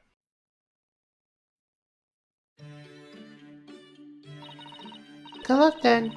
I'm going to return to writing my manuscript of Speckle Bound. I'm making some special blends of tea, so come back again soon. We'll be delighted. Thank you so much, Iris. Well, Mr. Naruhodo is back to the scene of the crime. So somewhat dubious that they would exert any influence over the men of Scotland Yard at all. We headed back to the scene where Isla's custom curious knot in the world and on the world's heaviest silver coins in hand.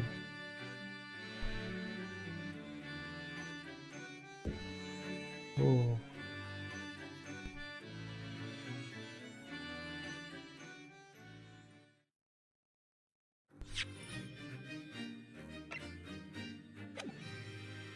Oops. Forgot to save it. It's okay. Yeah, we'll do one more part and then that's it.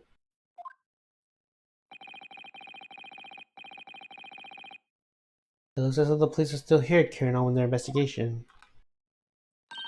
Perfect, so let's find Inspector Gregson as quickly as possible. Yes, and let's see if we'll take a break from his chips and look at that silver tip Iris gave us for him. Right, we're just gonna present that. Inspector Gregson, do you have a moment? I'm sorry to say I don't. I'm a very busy man. Must have been Dr. Bear for guidebooks, that's for sure. We have these for you. A present from Miss Iris Wilson. What? For me? For her ladyship? Her ladyship? Give that here, at once. Come on, hand it over. That's for me.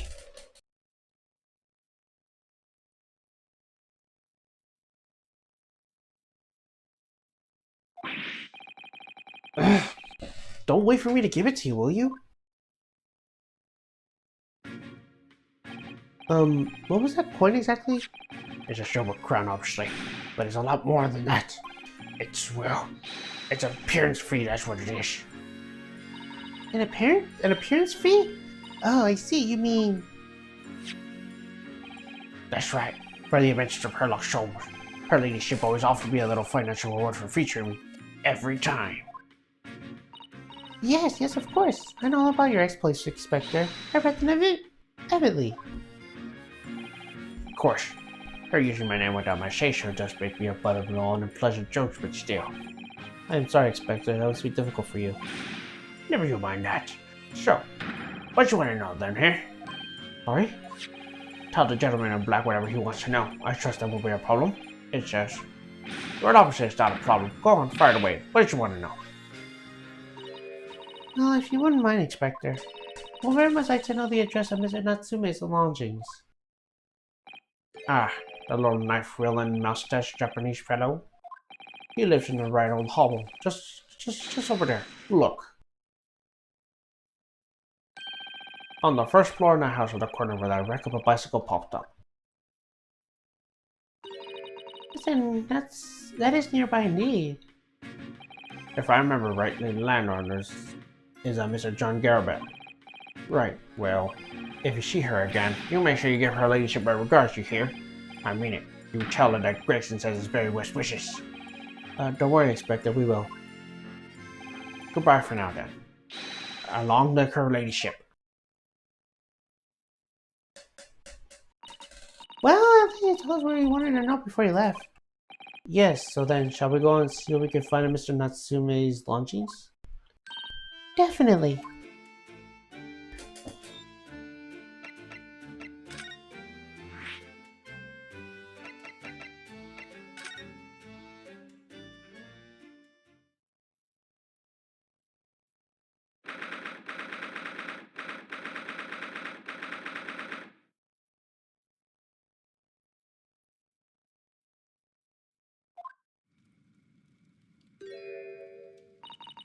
May I help you?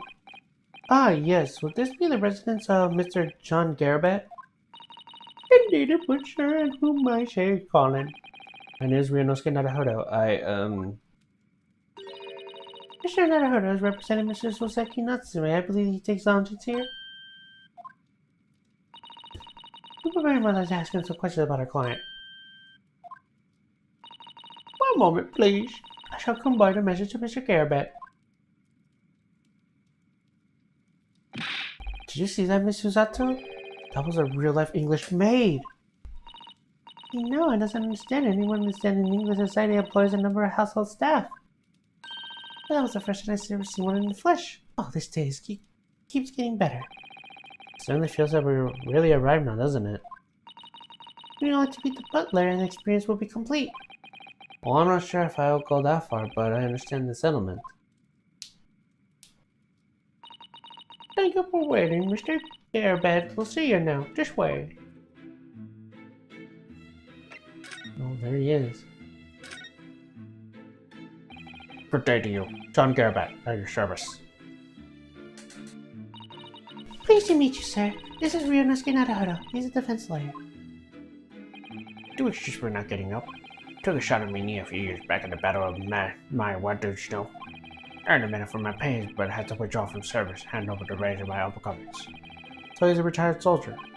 It's a hell of a job getting up and down the stairs now, I can tell you, so don't get out much as you can imagine. Yes, it's quite a climb up here on the second floor, isn't it? I was panting us up on the stairs. You really must take more exercise, Mr. Naruhodo. Ugh, do you think so? Well, Mr. Garabet, I doubtly you are very courageous here and yourself a medal. Oh, it was nothing. The medal's just a foldable, really. Wouldn't like to offer a general, though, so I grudgingly display it on my wall. Why don't you fetch it out, Joan? Let these good people see it properly.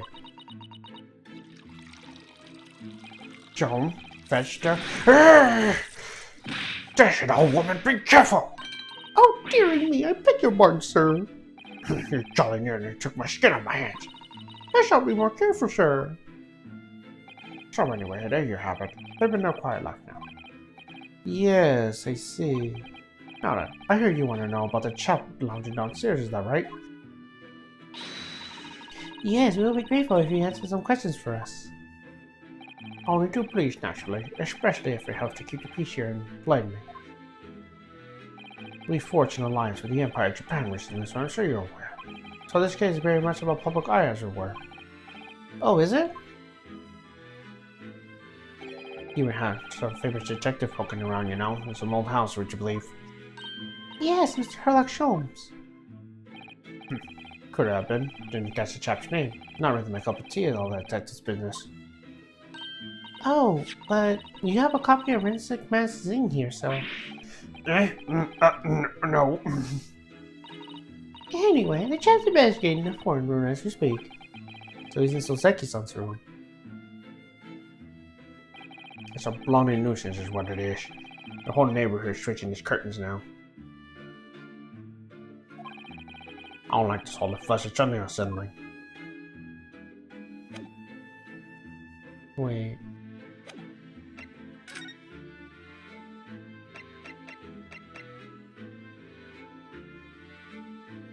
Okay.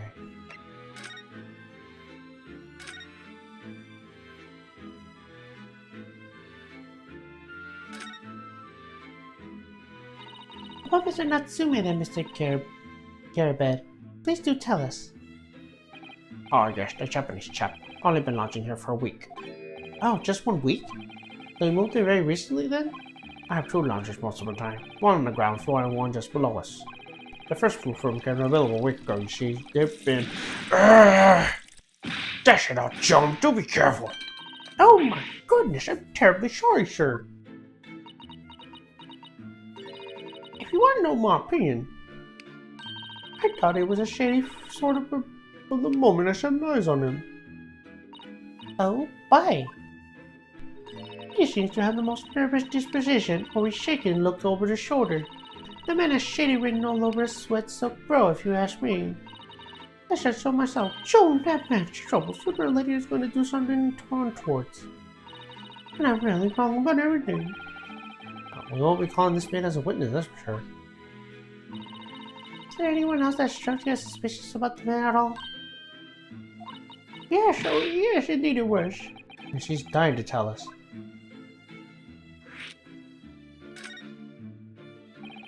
Do you notice anything else at all about your laundry, Mr. Natsume? Oh my word, yes, that man is shadier than the orchard. Could you elaborate? Oh, take this man's room, absolutely stuffed full of books there is, more than anyone could ever read. He never so much as passed time of day when the living soul. I haven't seen a single visitor say or call. He just trots out of the old bookshop every single day and comes back to buy by the light of the gas fire. And the funny little man's up long past the time that everyone else in the house has gone to bed. Oh, I see. Gentleman on the ground floor goes to bed around 9 each night. I never know that Japanese fellow to retire any earlier than 2 in the morning. Ah. Could you clarify something, I wonder? What, pray? How do you know so much about Mr. Natsume's routine? Oh! I understand that neither of the loungers live on this floor in the house, is that correct? That's right, yes, they're both below us, on the first floor in the street level. Then, how is it that you know so much about the lives of your loungers? The precise times that they come back in the evening, for example, even the times they go to bed.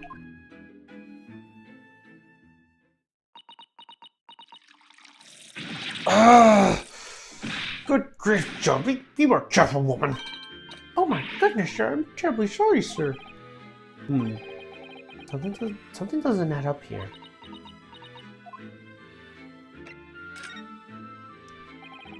It seems that the incident took place around 5 in the evening. Did you happen to look out of the window at around that time? Window? Yes, we noticed the window over there looks out over Briar Road. The incident took place on the pavement just on the far side of the street. Was there anyone suspicious loitering nearby? 5 o'clock is dinner time in the Garabet household, so I'm afraid I don't remember seeing anything. How about you, Joan? No, sir. It would have been dusk outside already at the hour. And with the fog as well, I would think it would be quite impossible to see the other side of the road. Oh, I see. Did you notice anything out of the ordinary then? Such as? Anything at all, even if it seems unrelated. Well, Yes, was there something then? well, it's nothing particularly significant, but around that sort of time here and there. Ah! For the love of God, Joan, watch what you're doing. Oh, dear me, and what have I done? I'm awfully sorry, sir. Do be more careful, woman. Of course, sir. If I may, Mr. Narrow Oh, yes? I have an extremely good memory, and as far as I can remember, nothing at all significant took place here at that hour. Nothing at all. Oh, really, Mr. Garabet? The way you were talking before, it sounded rather like there might have been. Oh well, as I was saying, it was just a traveling memory, really. Nothing of. Joan Decida, what is the matter with you, woman? Begging your pardon, sir. Nothing happened. Yes, quite. Nothing happened. We sat down for a quiet, uneventful meal. Joan? That's right, Mr. Garabet. What is the matter with these two? It sounds like something happening in this room the very evening of the incident, but what? I wish I knew.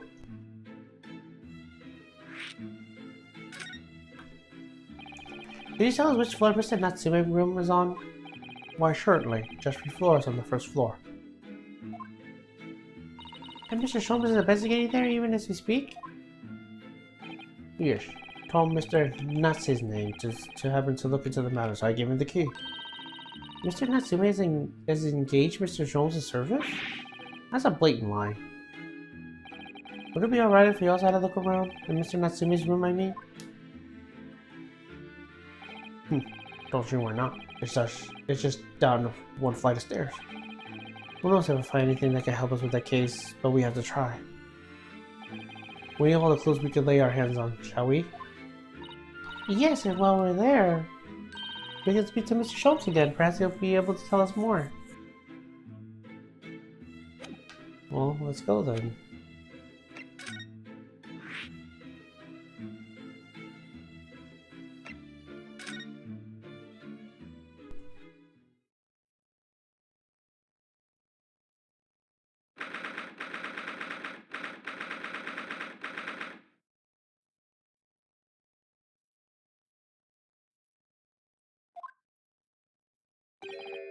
What?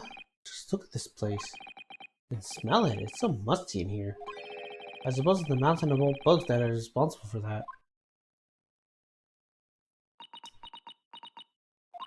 I don't think I've ever seen so many books in all of my life. No, me neither. It's so dark in here too. Is that the window over there? Well, it was a window, I think, yes, once upon a time. But for some reason it's been closed up with bricks and a mortar. So this is where Mr. Natsume lives. By the way, I haven't spotted Mr. Sholmes anywhere, haven't you? No, that's true, but according to what Mr. Garabet told us, the great detective should be around here somewhere investigating.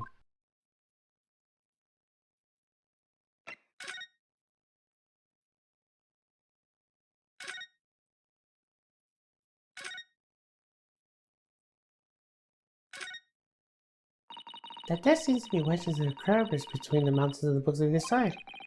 I suppose Mr. Natsume would sit there and read while stroking his cat. But surrounded by old sites of these towering old tombs, surely he dreamt the books every night as well. Yes, he must have done, mustn't he? Oh, what's this? It's a receipt from the second-hand bookshop. Your books. Oh yes, Mr. Natsume's name is on it. Look, and the date of purchase. 2 days ago at 4:45 p.m. That's the day of the incident. That's just a short while before he was involved in the terrible attack. He must have been on his way back from buy. Look!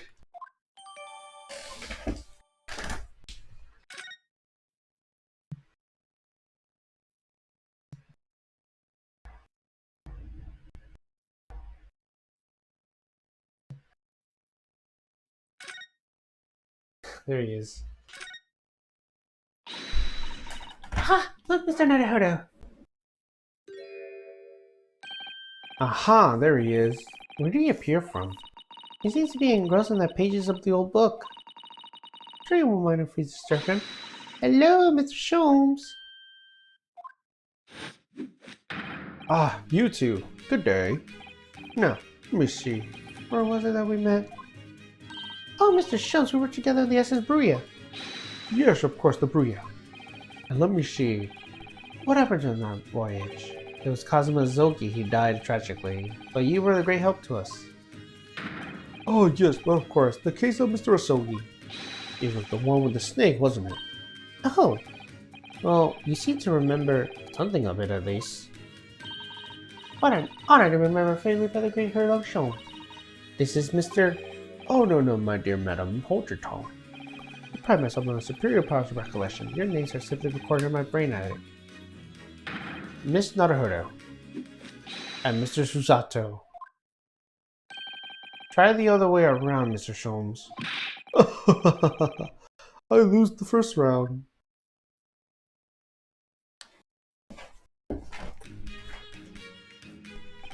In truth, I hope to invite you both to my Baker Street suite the day we arrive in London.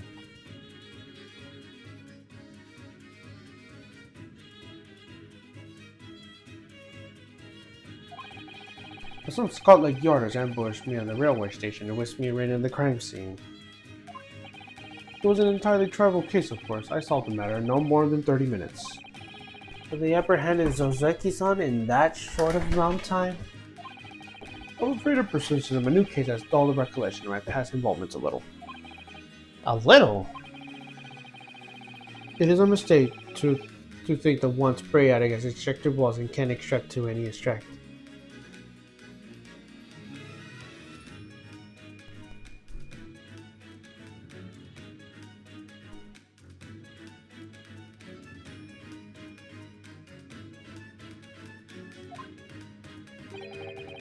I do my best to forget useless tactics, lest they shit up on the useful ones.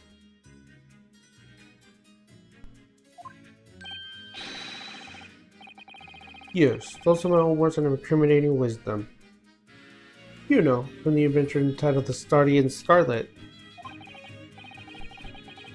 Please, there's no need to quote yourself.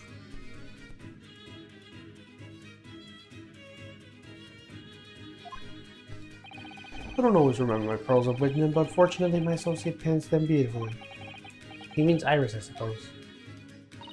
Mr. Sholmes, we have some extremely important questions to ask you about the trivial case you just mentioned. Goodness, what an earnest impression. My dear madam, I should be only too pleased that this murky room is an apt place to discuss this murky case.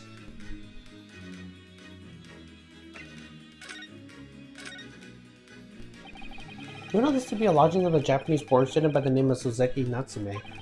It seems you are certain of his arrest, Mr. Sholmes, for the stabbing of the young woman outside here on Briar Road. Natsume. Yes, I believe that's a name rather along those lines. But Mr. Natsume denies it. Was it really justifiable to arrest him on so little? I'm sorry, Mr. Zato, but I have not the slightest idea what you mean. What? I can't believe he was looking Susato-san squarely in the eyes of feigning innocence. I assure you, I'm not merely feigning ignorance. It would appear I have the pair of... It appears as if I have a pair of you under my misrepresentation. Oh, how? I assure you, I have no recollection of accusing your stupid compatriot of the crime. That doesn't make sense. The good detective of Scotland Yard made a following request to me, and I quote verbatim. We need you to return the identity or whereabouts of the man seen fleeing from the crime scene. Ah, a man seen fleeing. There are a number of books scattered around the pavement of the scene. From the book plates, we were quickly able to determine the bookshop in which they had been purchased. While speaking with a prospector, I immediately led to the address. Elementary, would you say? I believe there was a receipt around here somewhere from the establishment in question. So you don't think Mr. Natsume is the culprit then? I could not tell you. But it was aggravating my facilities, hence why I returned here. However, this place is such a trove of fascinating books, I found myself quite lost in Philosophy.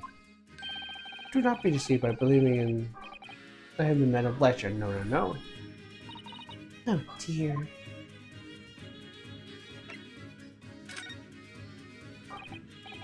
Oh, tell me, have you encountered the landlord of these longings? Yes, Mr. Garbett, a retired military man. It was the first time I ever met a soldier from the Great Britain British Intuition here in the service. It was the first time I ever met a maid from the Great Britain Intuition that is service. I didn't think it was that funny. I do apologize. As you may well be aware, many households in London employ maid. Yes, I read as much of my Great Britain primer. And so conversely, whether or not the household employs a maid has come to betoken the social standings of those dwelling therein. Betoken their social standing? Sorry? Put simply, my dear fellow. Those who employ at least a single maid is considered middle class. Those who do not are beneath that. In the upper echelons of society, of course, household employees and... hold on. In the upper echelons of society, of course, household employees enough stats to contribute a large family. Goodness, how extraordinary. As you can appreciate, for those on the precious boundary between the middle and lower classes, being able to afford just one maid is of first importance. I had no idea. It's for precisely that reason that I find myself simulation of the situation upstairs. Specifically, the retired army veteran here, Army Veteran Mr. John Garbett. Oh? At first he is, this fellow is hiding something. Whether or not as imposed with the circumstances of this case, I am as yet unable to ascertain. I'm thoroughly lost on what he means to say. This room is thoroughly suffocating for the soul, my dear fellow. I assure you, any man whose lot is to dwell in this place such as this will stab somebody sooner or later.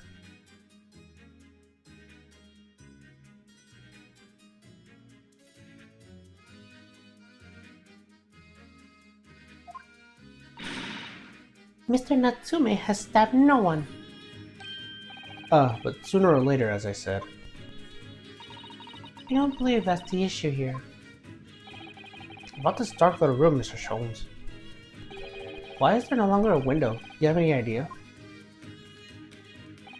No window? Well, I mean, I can clearly say there is a window of sorts. But it's been completely blocked with bricks. Oh, I see. The answer to that question is quite simple. Window tax. Window tax? What is that? Surely, not a tax on window? Precisely that. Oh my goodness! Until relatively recently, a tax is levied on households of this country by the number of the windows. Those with lesser means having inherit a sizable or costly family home perhaps rapidly close windows up, while the rich open windows here, there, and everywhere. And the affected curry favor with those in power, furnishing them with large sums of tax money. How awful, unjust, forcing people to live in rooms devoid of light. Indeed, disease was rife as a result. But some 40 years ago, thereabouts, the window tax was abolished. But its legacy remains, as you can see, in squab logging such as these, for example. I suppose Mr. Natsume is splendid for living here in London and isn't very generous, perhaps. It would appear so, a little digging, and discovered that these lodgings were offered at the extraordinary low price. Because the room is so awful, I should think. Apparently Mr. Natsume only moved here about 1 week ago. Yes, that's correct. However, I don't believe the low rent is explained by the shabby nature of the accommodation. Oh? Still, that is a little relevance here, a matter not worthy of further attention. You sure? I'm curious now.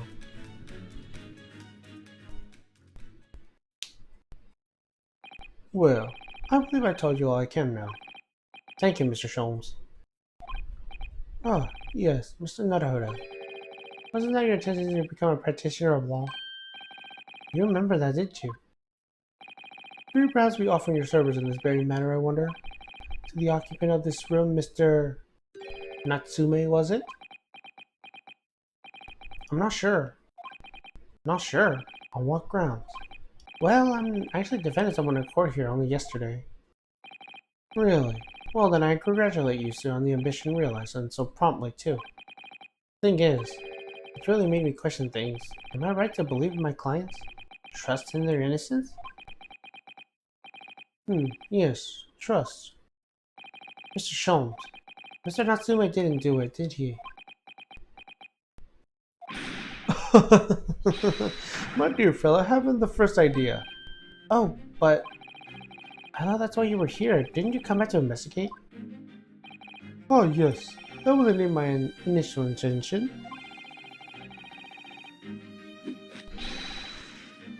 But there's simply too many fascinating books here. I couldn't possibly ignore them.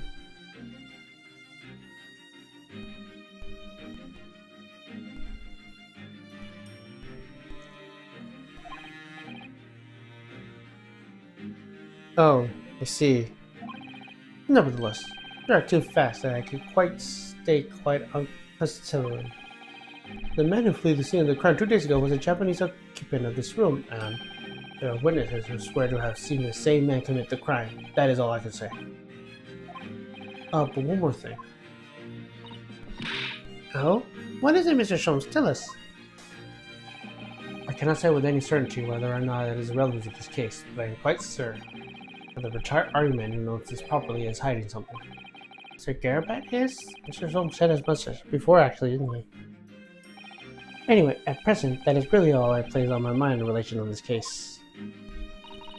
Mr. Naruhodo, as yet we investigators have discovered nothing that can help us establish Mr. Natsume's innocence. No, you're right. Perhaps it's time to probe a little deeper into Mr. Garabat's secret. Just remember, I cannot be sure whether the landlord's secret will prove to be relevant or not. But I wish you every success, of course, Mr. Naruhodo. A busy man indeed. He's gone back to his book in the corner of the room. Is he still there? He is still there.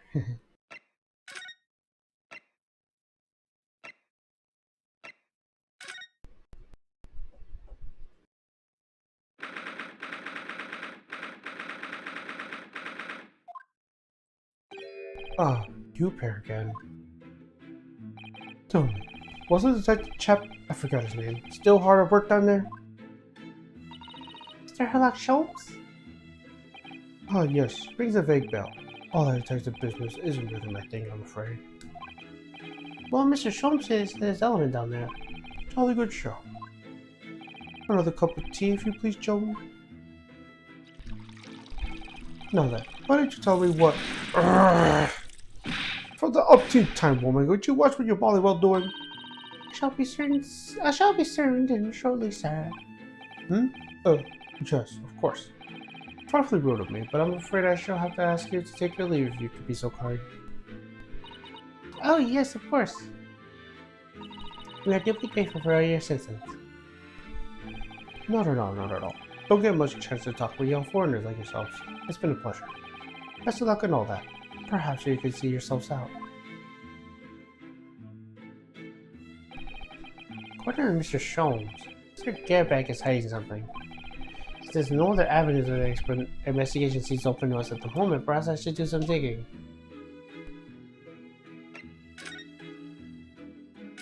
And look who's here. Ah, what's he doing over there? Mr. Sholmes? Aha, we meet again, my dear fellows. Good gracious, what did you sneak in here? Herlock Sholmes, sir, at your service. Whatever you be doing over there, doing over by the window? I am given to watch another evening sky of the sunsets, madam. Yet sadly cheerful as this room downstairs undoubtedly is, it lacks a compassion of such observation. Such a deliberately bar in a small corner of space at the window up here.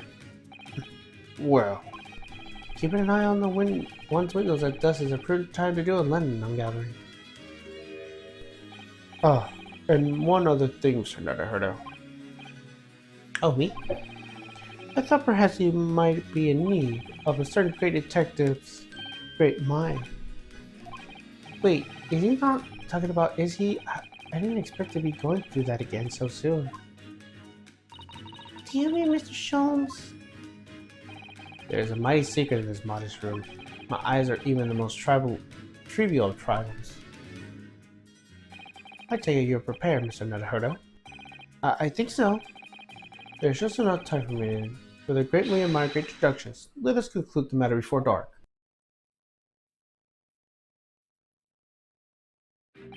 Mr. Garabet, though it would seem that you're a military man of undoubtedly distinguished service, your standing as a landlord is most certainly not what one might call first rate. I'm afraid, sir, that all is too clear to me. There's two conclusions I have been able to draw by my careful observation of your limited arrangements. I beg your pardon? The first is that even when you speak, you are considering the presence of a ferocious beast in your care. And the second is the result of the beast's violent rampage. You have lost something very dear to you. Mr. Naruhodo, look! The old man's broken out of a cold sweat. Unbelievably, it seems Mr. Sholmes' conclusions both are spot on. How could you possibly? How could I possibly know you mean to acquire? The answer couldn't be simpler, sir. For in the dense jungle of logic and reasoning, I am the king of beasts. And I know only too well that wild beasts are not easily tamed. So, shall we begin? Once again, Herlock Sholmes is proud to present his Logic and Reasoning Spectacular. We're doing this again.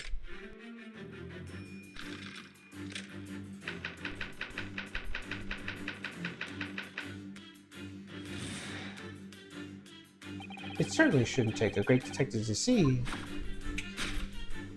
that the fearsome beast has been on a rampage as laid within these four walls. Thus we are faced with the question, what form does this beast take? Ah, for the man to the military breeding, your eyes are uncommonly candid. Aye. Your precious grants, Mr. Garabet, let us direct you to the answer. The true nature of the beast that has run rampant here is revealed by this lion statue. Yes, though the army man, you appear unposing at feast. The fact that you're a field your administration for the mighty lion, the king of beasts. What is this piffle, I ask you? In the end, your ammunition became so great, in fact, that you had a living, breathing specimen slipped from India, which you had tried to keep from this very house. What? Yet living with such a wild beast proved more difficult than you imagined. A chilling trace of a wild rampage is still pretty much in evidence. Well! Yet as we look around, the beast in question fails to present itself. Where could this angry creature have disappeared to? Madam? Me? I pray you don't consider me unschievous, but the plain as me is one glance in your direction. It is? Your dress pocket gives us a handsome clue to the beast's current whereabouts. Her prolonging is a handbill advertising the circus show. Ugh! Yes, he sought to dispose of the terrifying lion, Mr. Garabet, at Batty's Circus. A traveling show currently adjourned in the nearby park. I have observed the tents. Sold the savage lion to the circus troupe. I most certainly did not. I believe I have made my point. The fearsome beast that went and smoked in this room was an Indian lion, and a simply visit to the circus would not reveal to the lion scrambling cheerfully through the ring of fire.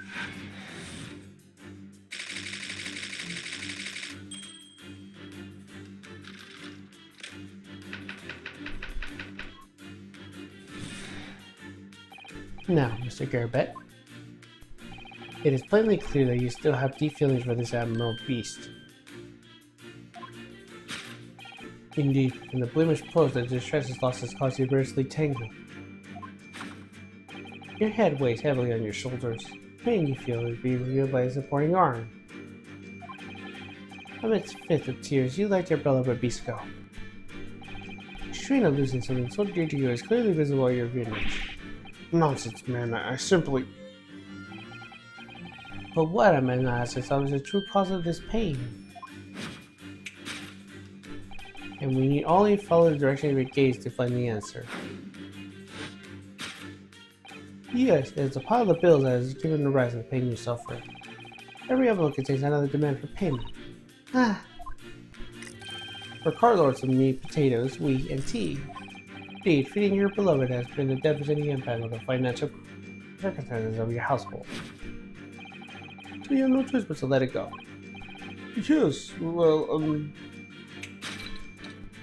Now, in the final fit of rage, the ferocious beast carried on one last unimaginable trick. unimaginable. The aftermath of which you can clearly see by observing the carpet over there. A very expensive woolen carpet, if I'm not mistaken. Oh, dearie me. And it caused such a disrupted outburst. Oh, This time, madam, I'm afraid it's you who have revealed the truth to me. the wandering eye. I set out on the answer very neatly indeed. Yes, to explain the dire state of the carpet, we need only to look at the Tower of Cakes. There is no creature more dangerous on the earth than the beast with the unsatisfied appetite. Was it or was it not said by a certain noblewoman, if they have no bread, let them eat cake? Food is the heart of all tragedy, in fact. Whatever do you mean? Having tired to taste decay, the beast begins to stalk its next prey.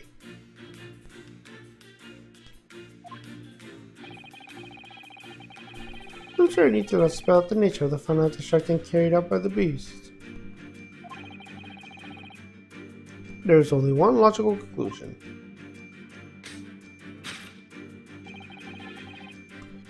Word by the frenzy of hunger, the lion attacked and ate the carpet. The teeth marks of the carpet are a perfect match with those of the lion I once saw in India.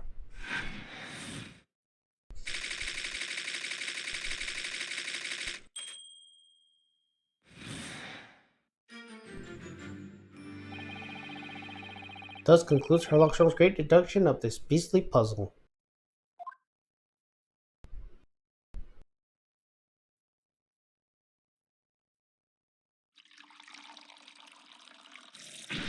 What's the matter with you, John? You're pouring scolding hot tea over me. Oh, I'm sorry, Mr. Garrett, I'm afraid I didn't notice.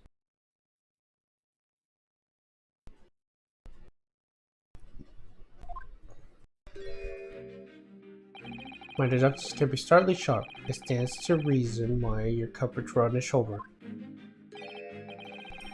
Indeed, my revelations can make people spill tears at times too.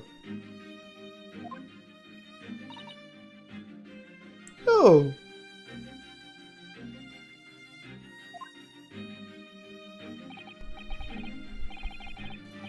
Mr. Sholmes, sorry to butt in again, but could I make an observation? why certainly, Mr. Naruhodo. What is it again? While your desertions just now, do you really think a lion would have made fit inside the room of this size? Indeed, is the only explanation of that fact.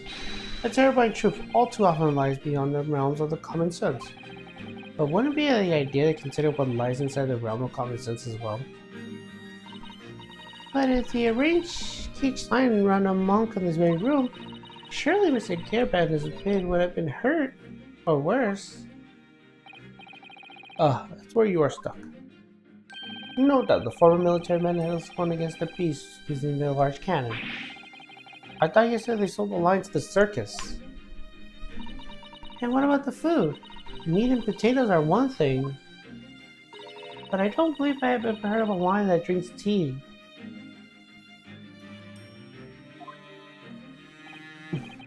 My dear Susato, it occurs to me with a regularity that irrespective of race and breeding, whether anyone lands on Great Britain's soil, we are infused with the highly inappropriate taste of the afternoon tea. Oh, what a glorious notion! Well then, Mr. Nadahodo, it is your turn to shine again. I had a feeling it was coming. Slight, slight massage, that's all Mr. Shum Seductress needs. You can do it. Excellent, I've been waiting for my trusted partner introduction to step forward, Mr. Nadahodo. We don't even know yet whether or not this is going to help with Mr. Natsume's case. Still, uncovering the truth will always know worthwhile, whatever the motion. At least that's what I want to believe. Let us start again. From the beginning. A prologue shown, logic and reasoning spectacular.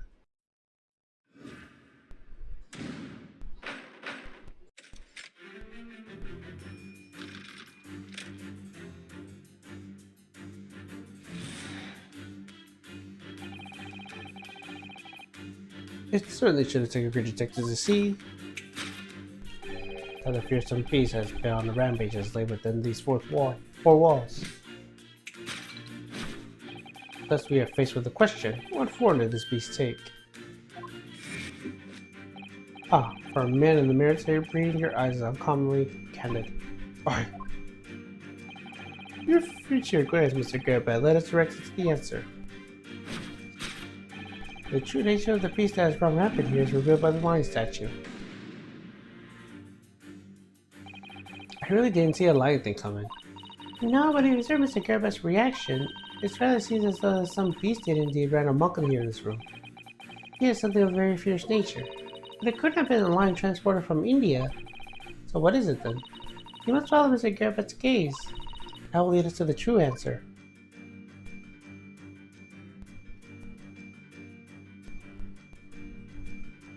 Take that!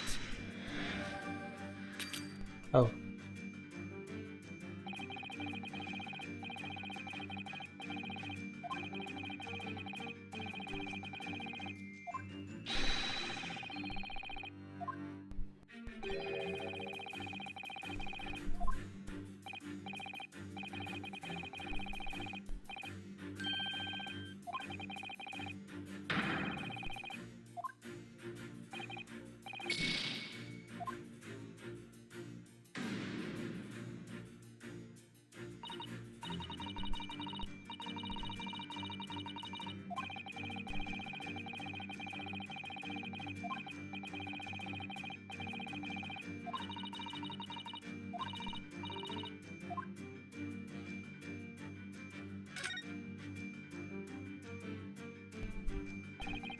What's this photograph?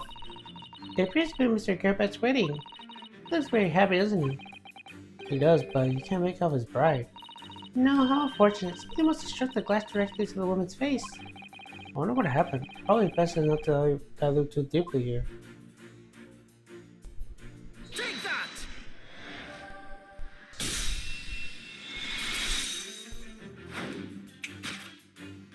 The true nature of the beast that has run rampant here is revealed by the newlywed bride.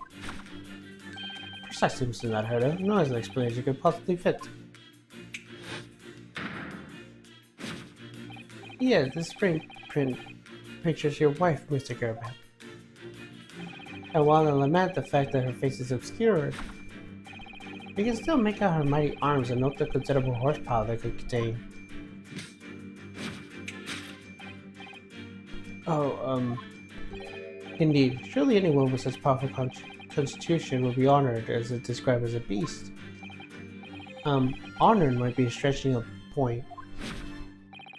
Too late. The fact remains that the beast, which is so clearly established in this room, was your wife, Mr. Gerbat.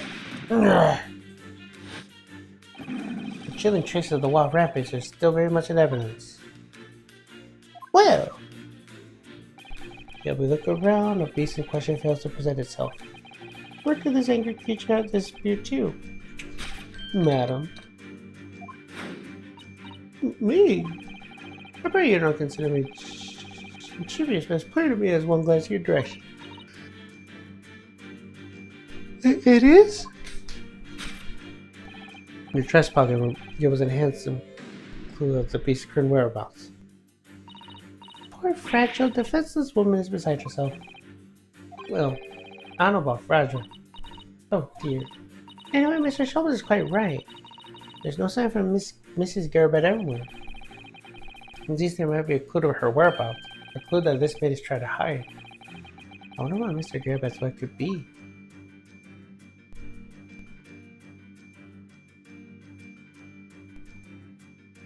Take that!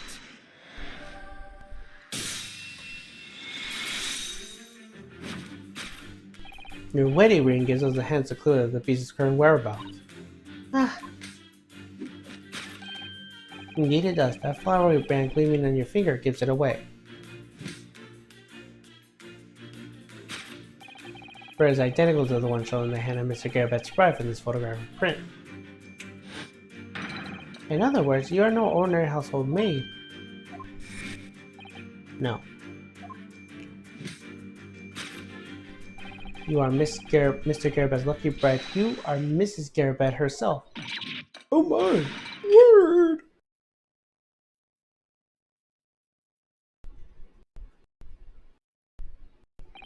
Well, jolly fine detective, sir. As you rightly surmise, this is my wife, yes, my Joan. Rather had her circled, I must say, but she is a bally colored back. It would appear that you don't live in the most comfortable circumstances.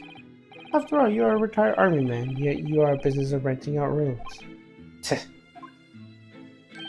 I would assume, therefore, you have insignificant means of employing a maid. Would that be correct?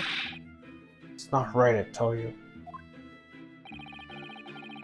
I was second lieutenant of the 3rd Regiment. A man has his pride, don't you know? My golly, it's a sorry thing that the chap can't even afford to have a single maid of his employ. Yes, here in London, one is rather judged. A household cannot be considered worthy of society if it employs no staff at all.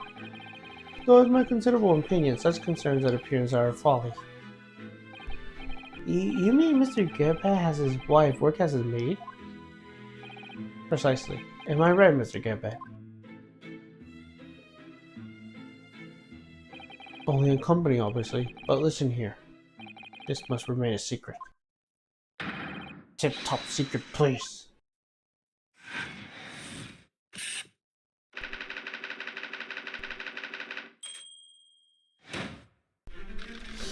Right after bath time. Now, Mr. Garabet, it is plainly clear that you still have feelings for Ms. Edible Beast.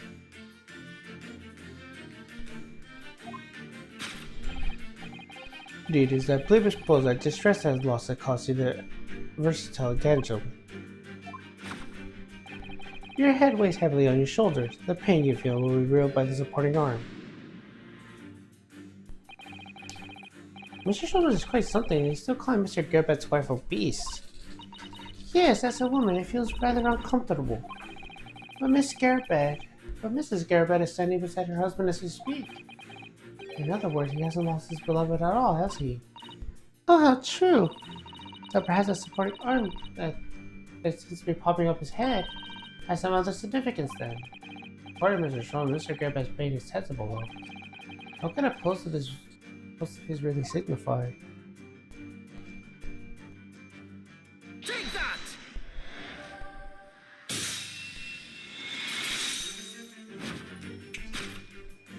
Your head weighs heavily on your shoulders. The pain you feel is being revealed by that slapped cheek.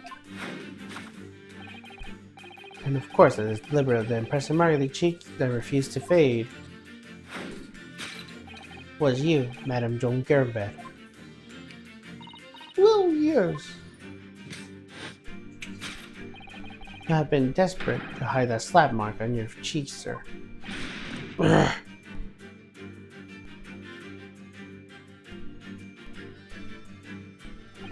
How the blazes? How do you work that out, man? Nothing escapes the notice of the one trained in the art of observation, my dear fellow. That's why you haven't looked directly at us even once. To keep your other side from view. Well, Now, let us proceed to the next conundrum. Why are you suggesting there's such a violent slap? In other words, you must ask yourself what caused Madame Garabet to fly into a rage. We need not only follow the direction of your gaze to find the answer.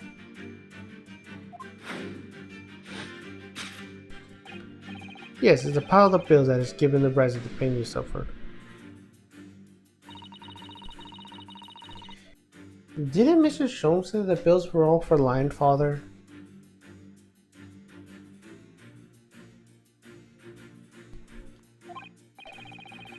Yes, but now we established that the lion never existed.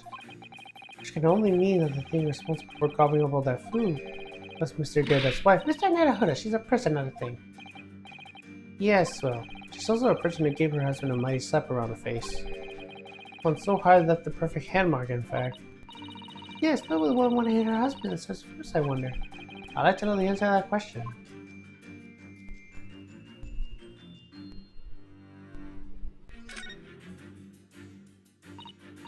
Ah, someone must be reading this book at the moment. There's a bookmark here, look. Mr. Gerbert's clearly a avid reader. Oh, wait a minute. I don't think this is a bookmark. Oh no, so it isn't. It's a note.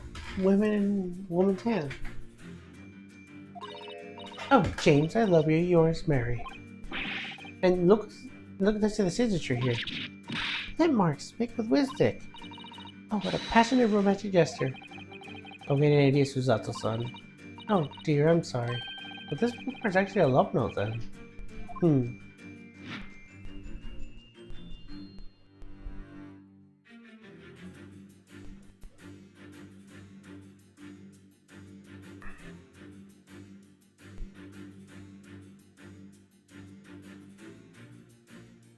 Take that!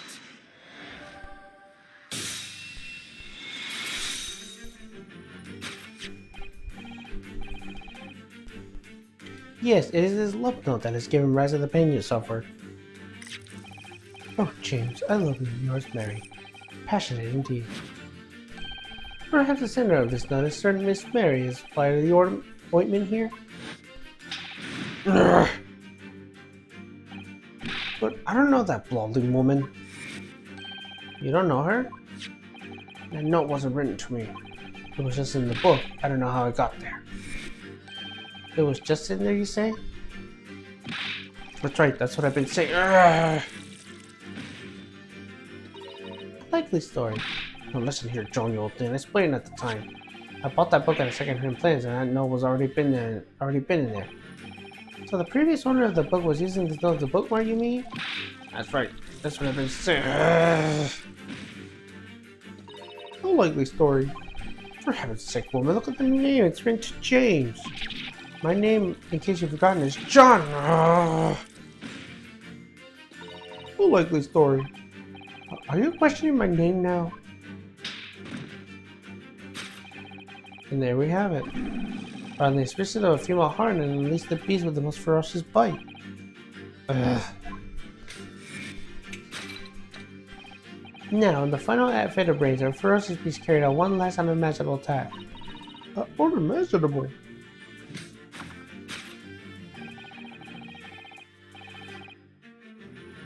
The aftermath of which can be clearly seen by observing the carpet over there. A very expensive woolen carpet, if I'm not mistaken. Oh, dearie me. What could have caused such a destructive outburst? This time, ma'am, I'm afraid it is you who has inadvertently revealed the truth of that one. If you're wondering, I have settled upon the answer very neatly indeed. Yes, to explain the dire state of the carpet, you need only look at the tower cakes. But I'm sure that Mrs. Gerbet didn't eat the carpet. No, of course not. There doesn't seem to be any doubt that the state of the disarray that this room is in is a result of her wild temper. No, that's true. So this is the last part of Mr. Schultz's deduction that we need to fix. We only have to follow Mrs. Gerbet's gaze and it will tell us the real answer. Alright, let's see what we can do. We can see. Yes!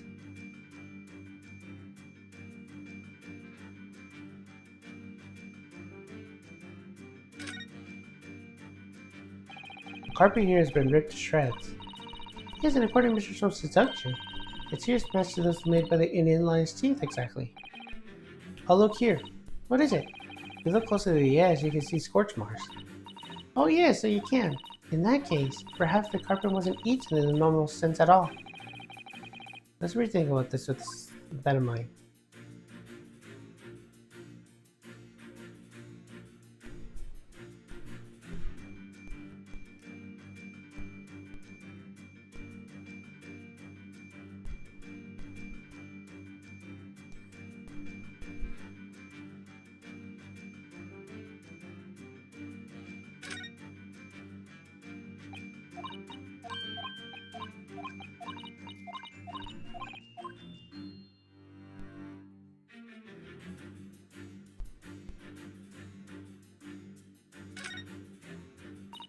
This looks like a very candlestick, doesn't it? The base looks too small, surely has been unstable. It looks to me that even the slightest nudge would make it topple over. Oh dear, that would be dangerous. Wait, take a closer look at this. There's one candle missing. Yes, I didn't notice that before. Why is it that, I wonder? Why is one candle in there and one candle of the three missing from its holder?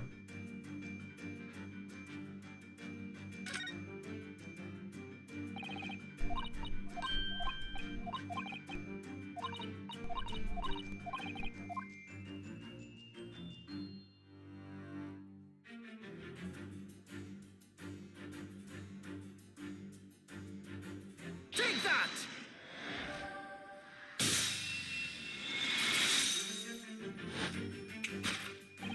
Yes, to explain the entire state of the carpet, we only need to look at the candlestick.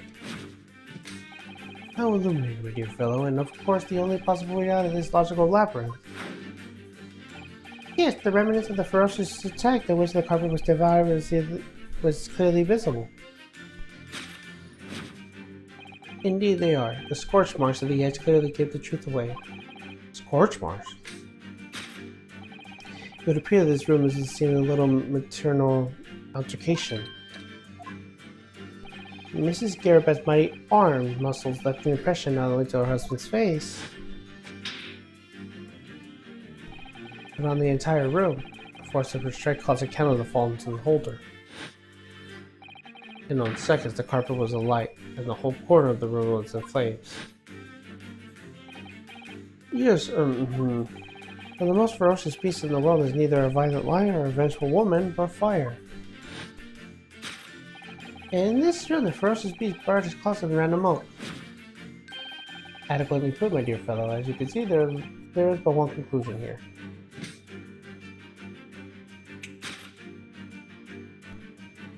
After the sparks of maternal discord flew, the room was a scene of a fire.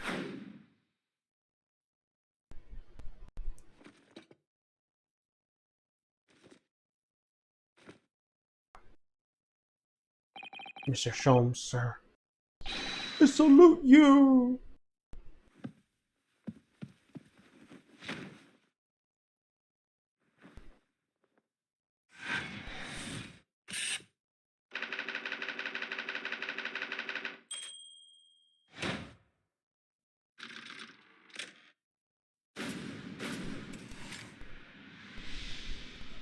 We did it.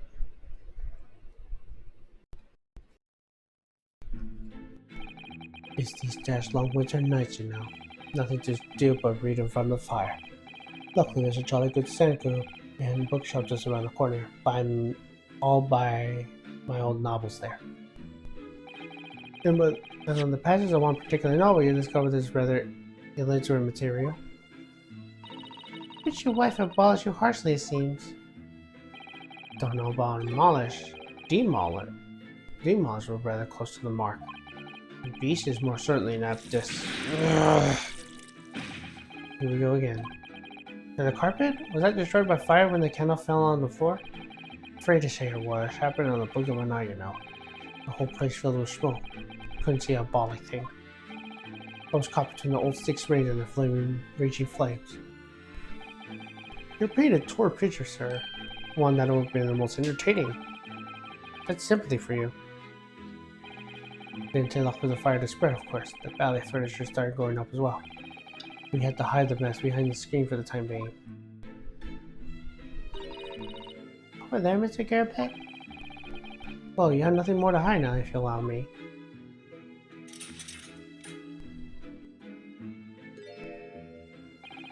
Had all my favorite old novels in that case. But as soon as I got hold of them, that was it. Whoosh! Up to smoke. Gosh! And the wife started hurling things at me. What a terrible sight it must have been.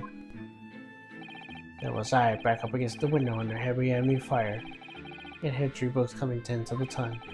First of it is I lost my favorite cookbook called The Lion's Pride. The Lion's Pride? Oh yes, your notorious love for big cats coming through again. I assure you, that child didn't influence my choice of the slightest. The poor man really did lose something dear to him as a result of ferocious beasts' rampage. Mr. Sholmes' deductions turn out to be correct once again. It will be described as a great British wonder. Oh, Charlie, it was a ton of carnage, flames everywhere, no stick and full futile. Out of interest, what time of day was that? Not sure I can remember. It was 2 days ago now. Let's see. Around 5 o'clock, I think? So exactly the same time as a terrifying incident unfolding outside the window of the street below. Even more terrifying on that inside, I can assure you. The hole that blinded me has been plastered platinum outside my window at the moment. I wouldn't even notice a dash thing. Oh, really?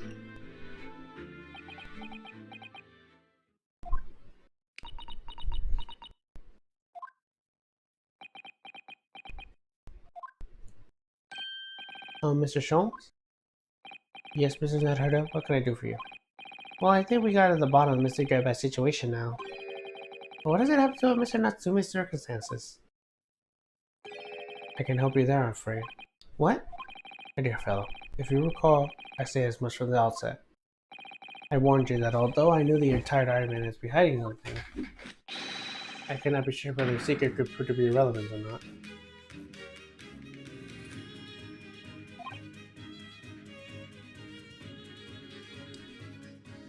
I just knew you were going to say that. No. Another hurdle, you mustn't lose heart.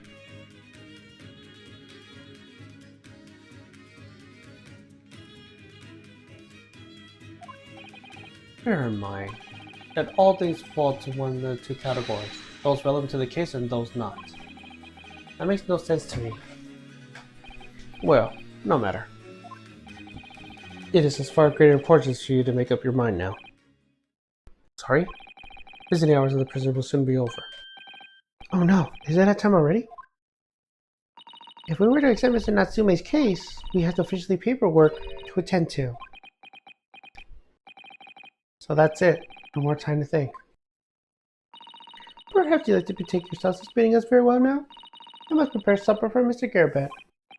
Oh yes, I'm so sorry. Thank you both very much for your time. Soseki-san will be waiting for us, and I'm going to have to give him an answer.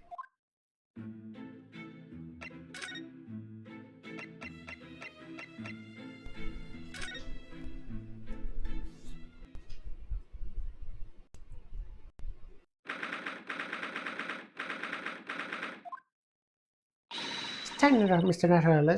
Let's hurry back to the prison. Yes, I know. Let's hail a car. Oh. What's the matter? Looks like something's going on over there in front of the Garabat's house.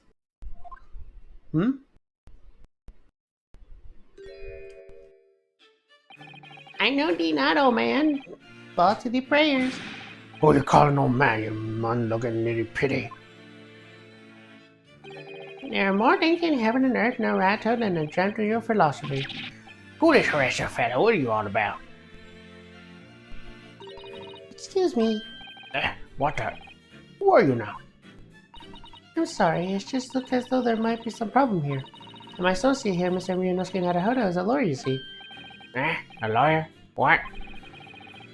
If I'm gonna be a citizen, I'll be happy to help. I'm from Japan, but I have studied English law. Fine. I'll be on me way now. I'll be on me way for today, but you mark my words.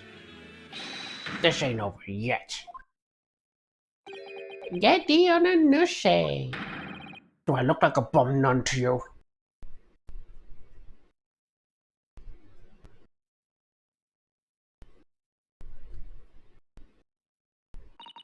I do hope you're not injured. Oh, fair Eastern maiden, I tell me gentle, thank you. What was that all about? There be more things in heaven and earth, Horatio, than the strength of your philosophy. I'm not Horatio either. Forgive the inquiry, sir, but are you a lodger here in the Garback residence? Oh, fair Eastern maiden, that was right. Yes, I do dwell in this humble abode. Mr. Garback mentioned he had another lodger, didn't he? This must be the man. Do you happen to know the other lodger who lives on the first floor? Ah, yes, a gentleman named Natsume? Well, one of the opponents in the battle where near could ever be. Sorry, battle you say? Who is the strongest, Hamlet or Macbeth, Mr. Natsume? I spot long into the night. See. I don't fully understand, but it seems Mr. Natsume and this gentleman are acquaintances at least. So fair maiden, so good gentleman. I can entirely hear no longer. Fare thee well. I didn't really understand him, but I think he returned to his room. It seems he's unaware of what happened to Mr. Natsume is, so he can't really help us. But Sasaki summoned that man as lodgers. The Garbat house is surely full of eccentrics. Anyway, I'll go find a carriage. Yes, I'm sure Mr. Natsume is eagerly waiting for our return. Let's hope we get to the prison before visiting hours are over.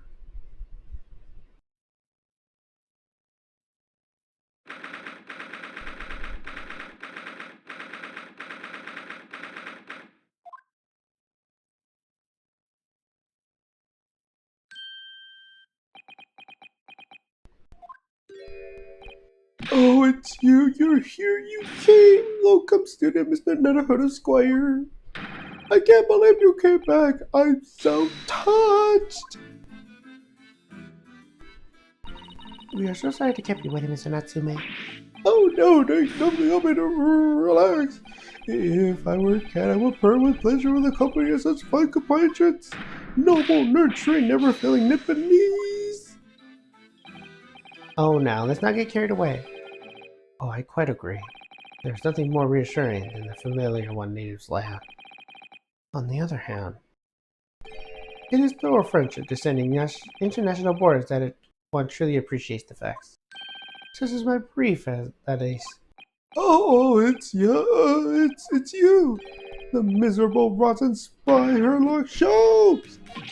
Mr. Sholmes, what are you doing here?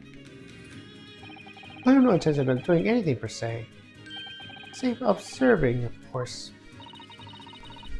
Whatever do you mean, Mr. Sholmes? We'll have to encounter some curious reading materials of that gloomful room, and having no master the secret identity of that eccentric pair.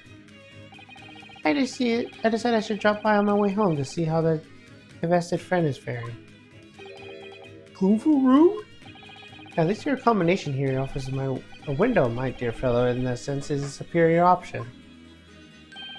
Anyway, I must commend you on your taste in books. My day has been delightful. It cost me not a penny. Oh, you! How dare you, Herlock Sholmes! Oh, I've had it. I'm through. I'm at the end of my rope. I should never have come to Great Britain. It was a terrible mistake. Haunted by spirits by those curious longings. No doubt my luck will be cursed in tomorrow's trial as well. My whole life is be damned. What are you thinking, Mr. Naruhodo? He mentioned that once before, didn't he?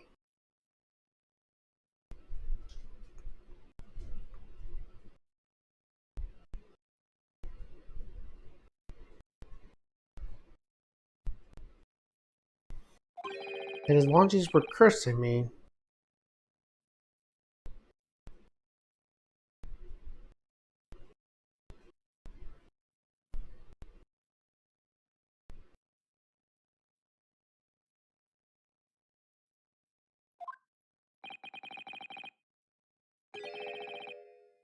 And there's so much truth in Mr. Mustache's words. What? Curse is the appropriate description, I would say, for the man's lodgings, and indeed for tomorrow's trial. What's that supposed to mean?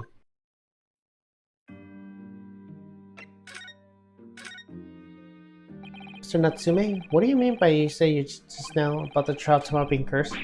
Oh no, why are you looking at me so grave? You were making me nervous. I was just getting carried away, just so I didn't mean anything by it.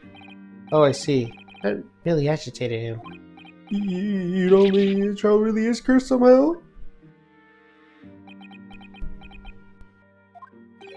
Are you referring to the prosecutor, the Reaper of the Bailey? The Reaper? Oh no, what do you mean? Please tell me, summarize it quickly 16 Satan words. No defendant has ever survived a trial in which the Reaper stands in the prosecution. Ever. Oh my goodness, can it be really true? That was 16 words exactly. Yesterday, Mr. Naruhodo successfully defended someone against the Reaper. But then, after the trial was over, the defendant passed away in unusual circumstances. Mr. McGilded. What? Ah, I am impressed, Miss Susato. You have an eye for detail. Actually, the Lord Chief Justice told us. Mr. Sholmes, surely it can't be that having failed to have the accused convicted, Lord Van Zieks killed the man himself? Oh no, he couldn't have, surely. You have some wonderful notions. Sorry? The man isn't a mass murderer, he's a court prosecutor, my dear fellow. Oh, yes. Why, of course he is. Oh, of course he is. Then why are you trying to scare me? It could be said, however, that the real truth about the man is even more terrifying than your hypothesis.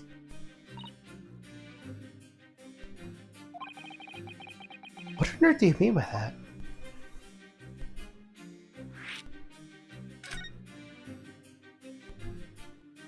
Van Zieks is a quite exceptional man. However, in London courts of law, exceptional does not equal to winning every case without question. Oh, that's good. Uzeki-san looks like he's about to cry tears of joy. As you no doubt aware, in a British criminal trial there are both a judge and a jury. I press the wrong button. The judge officiates based on the letter of the law, whilst the jury offers public opinion and common sense. It is an excellent system whereby the defendant's guilt is considered the several points of view. However, public opinion in particular is somewhat easily manipulated. Right. Criminals and corrupt lawyers of the matter can use it to their advantage. While enemies at their disposal, contributing evidence, calling imposters as witnesses, and so on. By such underhanded means, those who are able to sway the jury, which means that even in the light of irrefutable evidence, the prosecution can fail. But if it means the wrong verdict can be passed.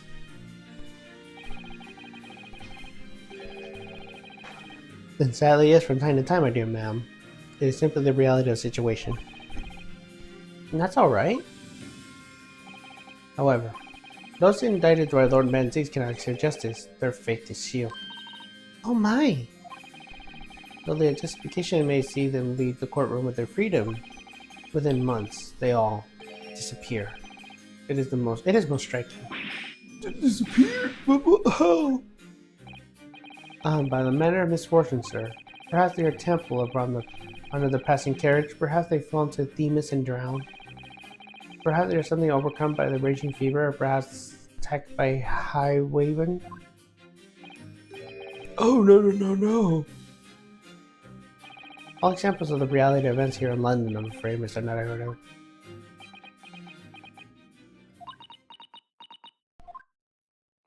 Oh, I knew it. I'm a dead dodo done for doom.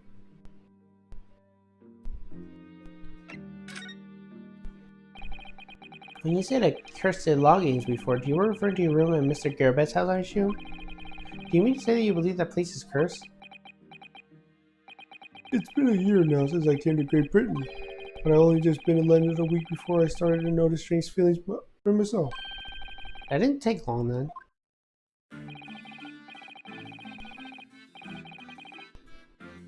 Everywhere I looked, there were foreign faces staring at me, laughing behind my back. I was sure people were talking about me. I started to become nervous about going outside. They were always staring at me all the time from dawn till dusk. So I shut myself away in that room, but even that didn't help. That fear wouldn't go away. You must have been very lonely having been away from your homeland for such a long time. I had to go a number of times, most recently to that room and by road a week ago. Yes, why did you choose there? It seems a little inconvenient. The rent was cheap.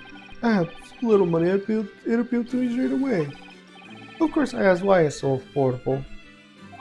The landlord just simpered and said, "The room is cursed." Oops. He quickly tried to cover his mistake, but it was too late.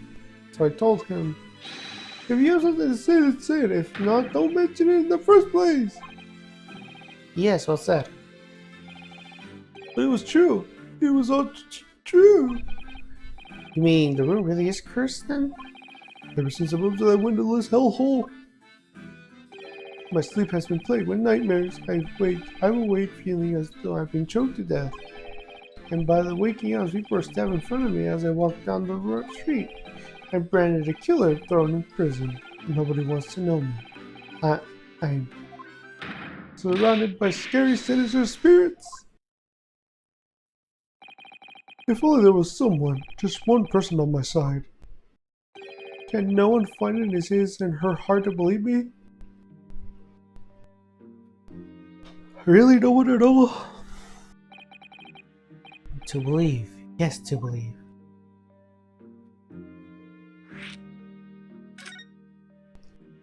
Mr. Sholmes? Oh, me, Mr. Naruhodo? Play, what can I do for you? It's about the case in the SS Bruya, if you recall. The Bruya. The Bruya. Ah, that case. The one with the stake? Well, yes. At the time, I was a suspect, but you believed in me and listened to every side of my story, and you helped us to investigate. I did, didn't I? Interesting. What I want to know is, why? Why did you believe me? I see, yes. You mean because you were a grimly dressed, shady Eastern fellow found in the victims in the locked room? Well, if you like, yes. I'm a little surprised, but the answer requires Explanation, my dear fellow. It's quite simple, really. You said, I didn't do it. But I could have been lying. Surely you have had your doubts. You must have been suspecting me a little.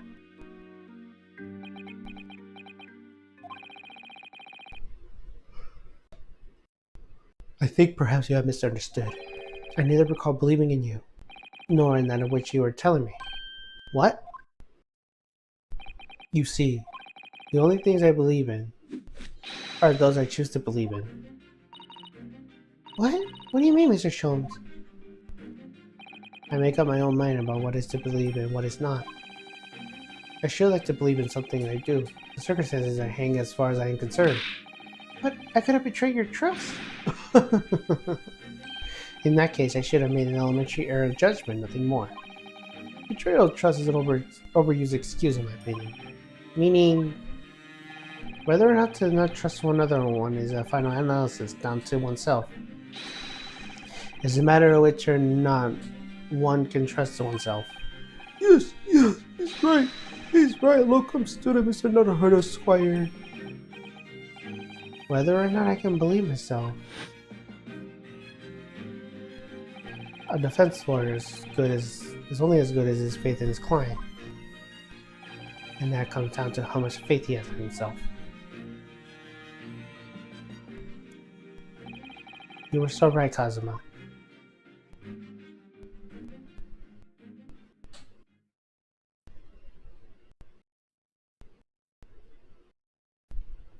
Well, my dear fellows, it is time we be leaving, I believe. Already? Visiting hours are over. Our guard will be here shortly to escort us out. There is a restaurant near here that serves excellent trout. Would you care to join me? Oh dear, there's never enough time, is there?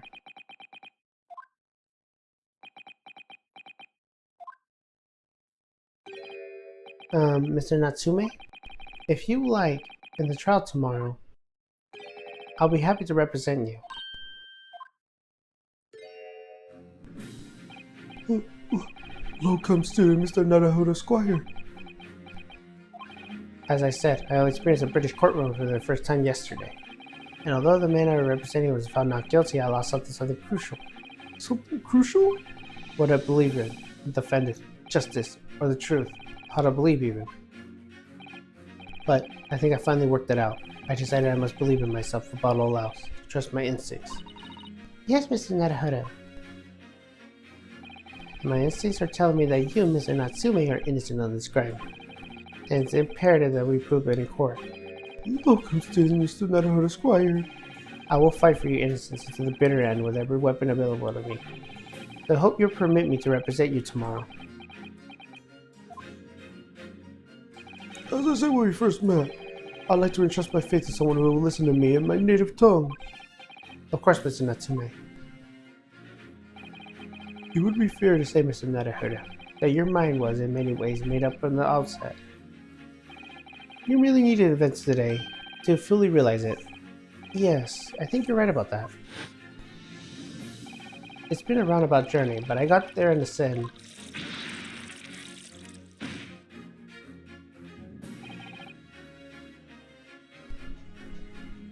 Miss Usato.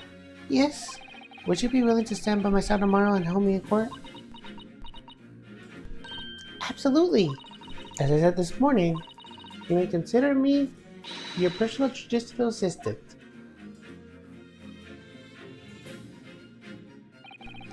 Shocking events of yesterday's trial still weigh heavily on my mind.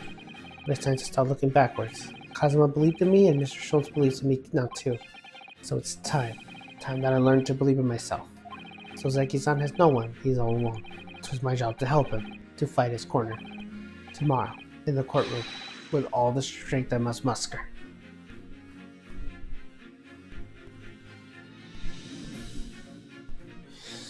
Alright.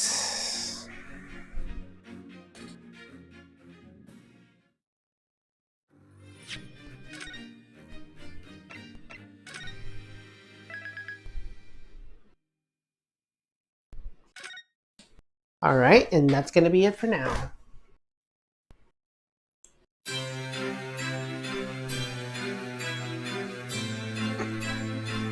Okay, I will be going to bed now. Well, thank you guys for watching, and see you guys on the next one. Bye.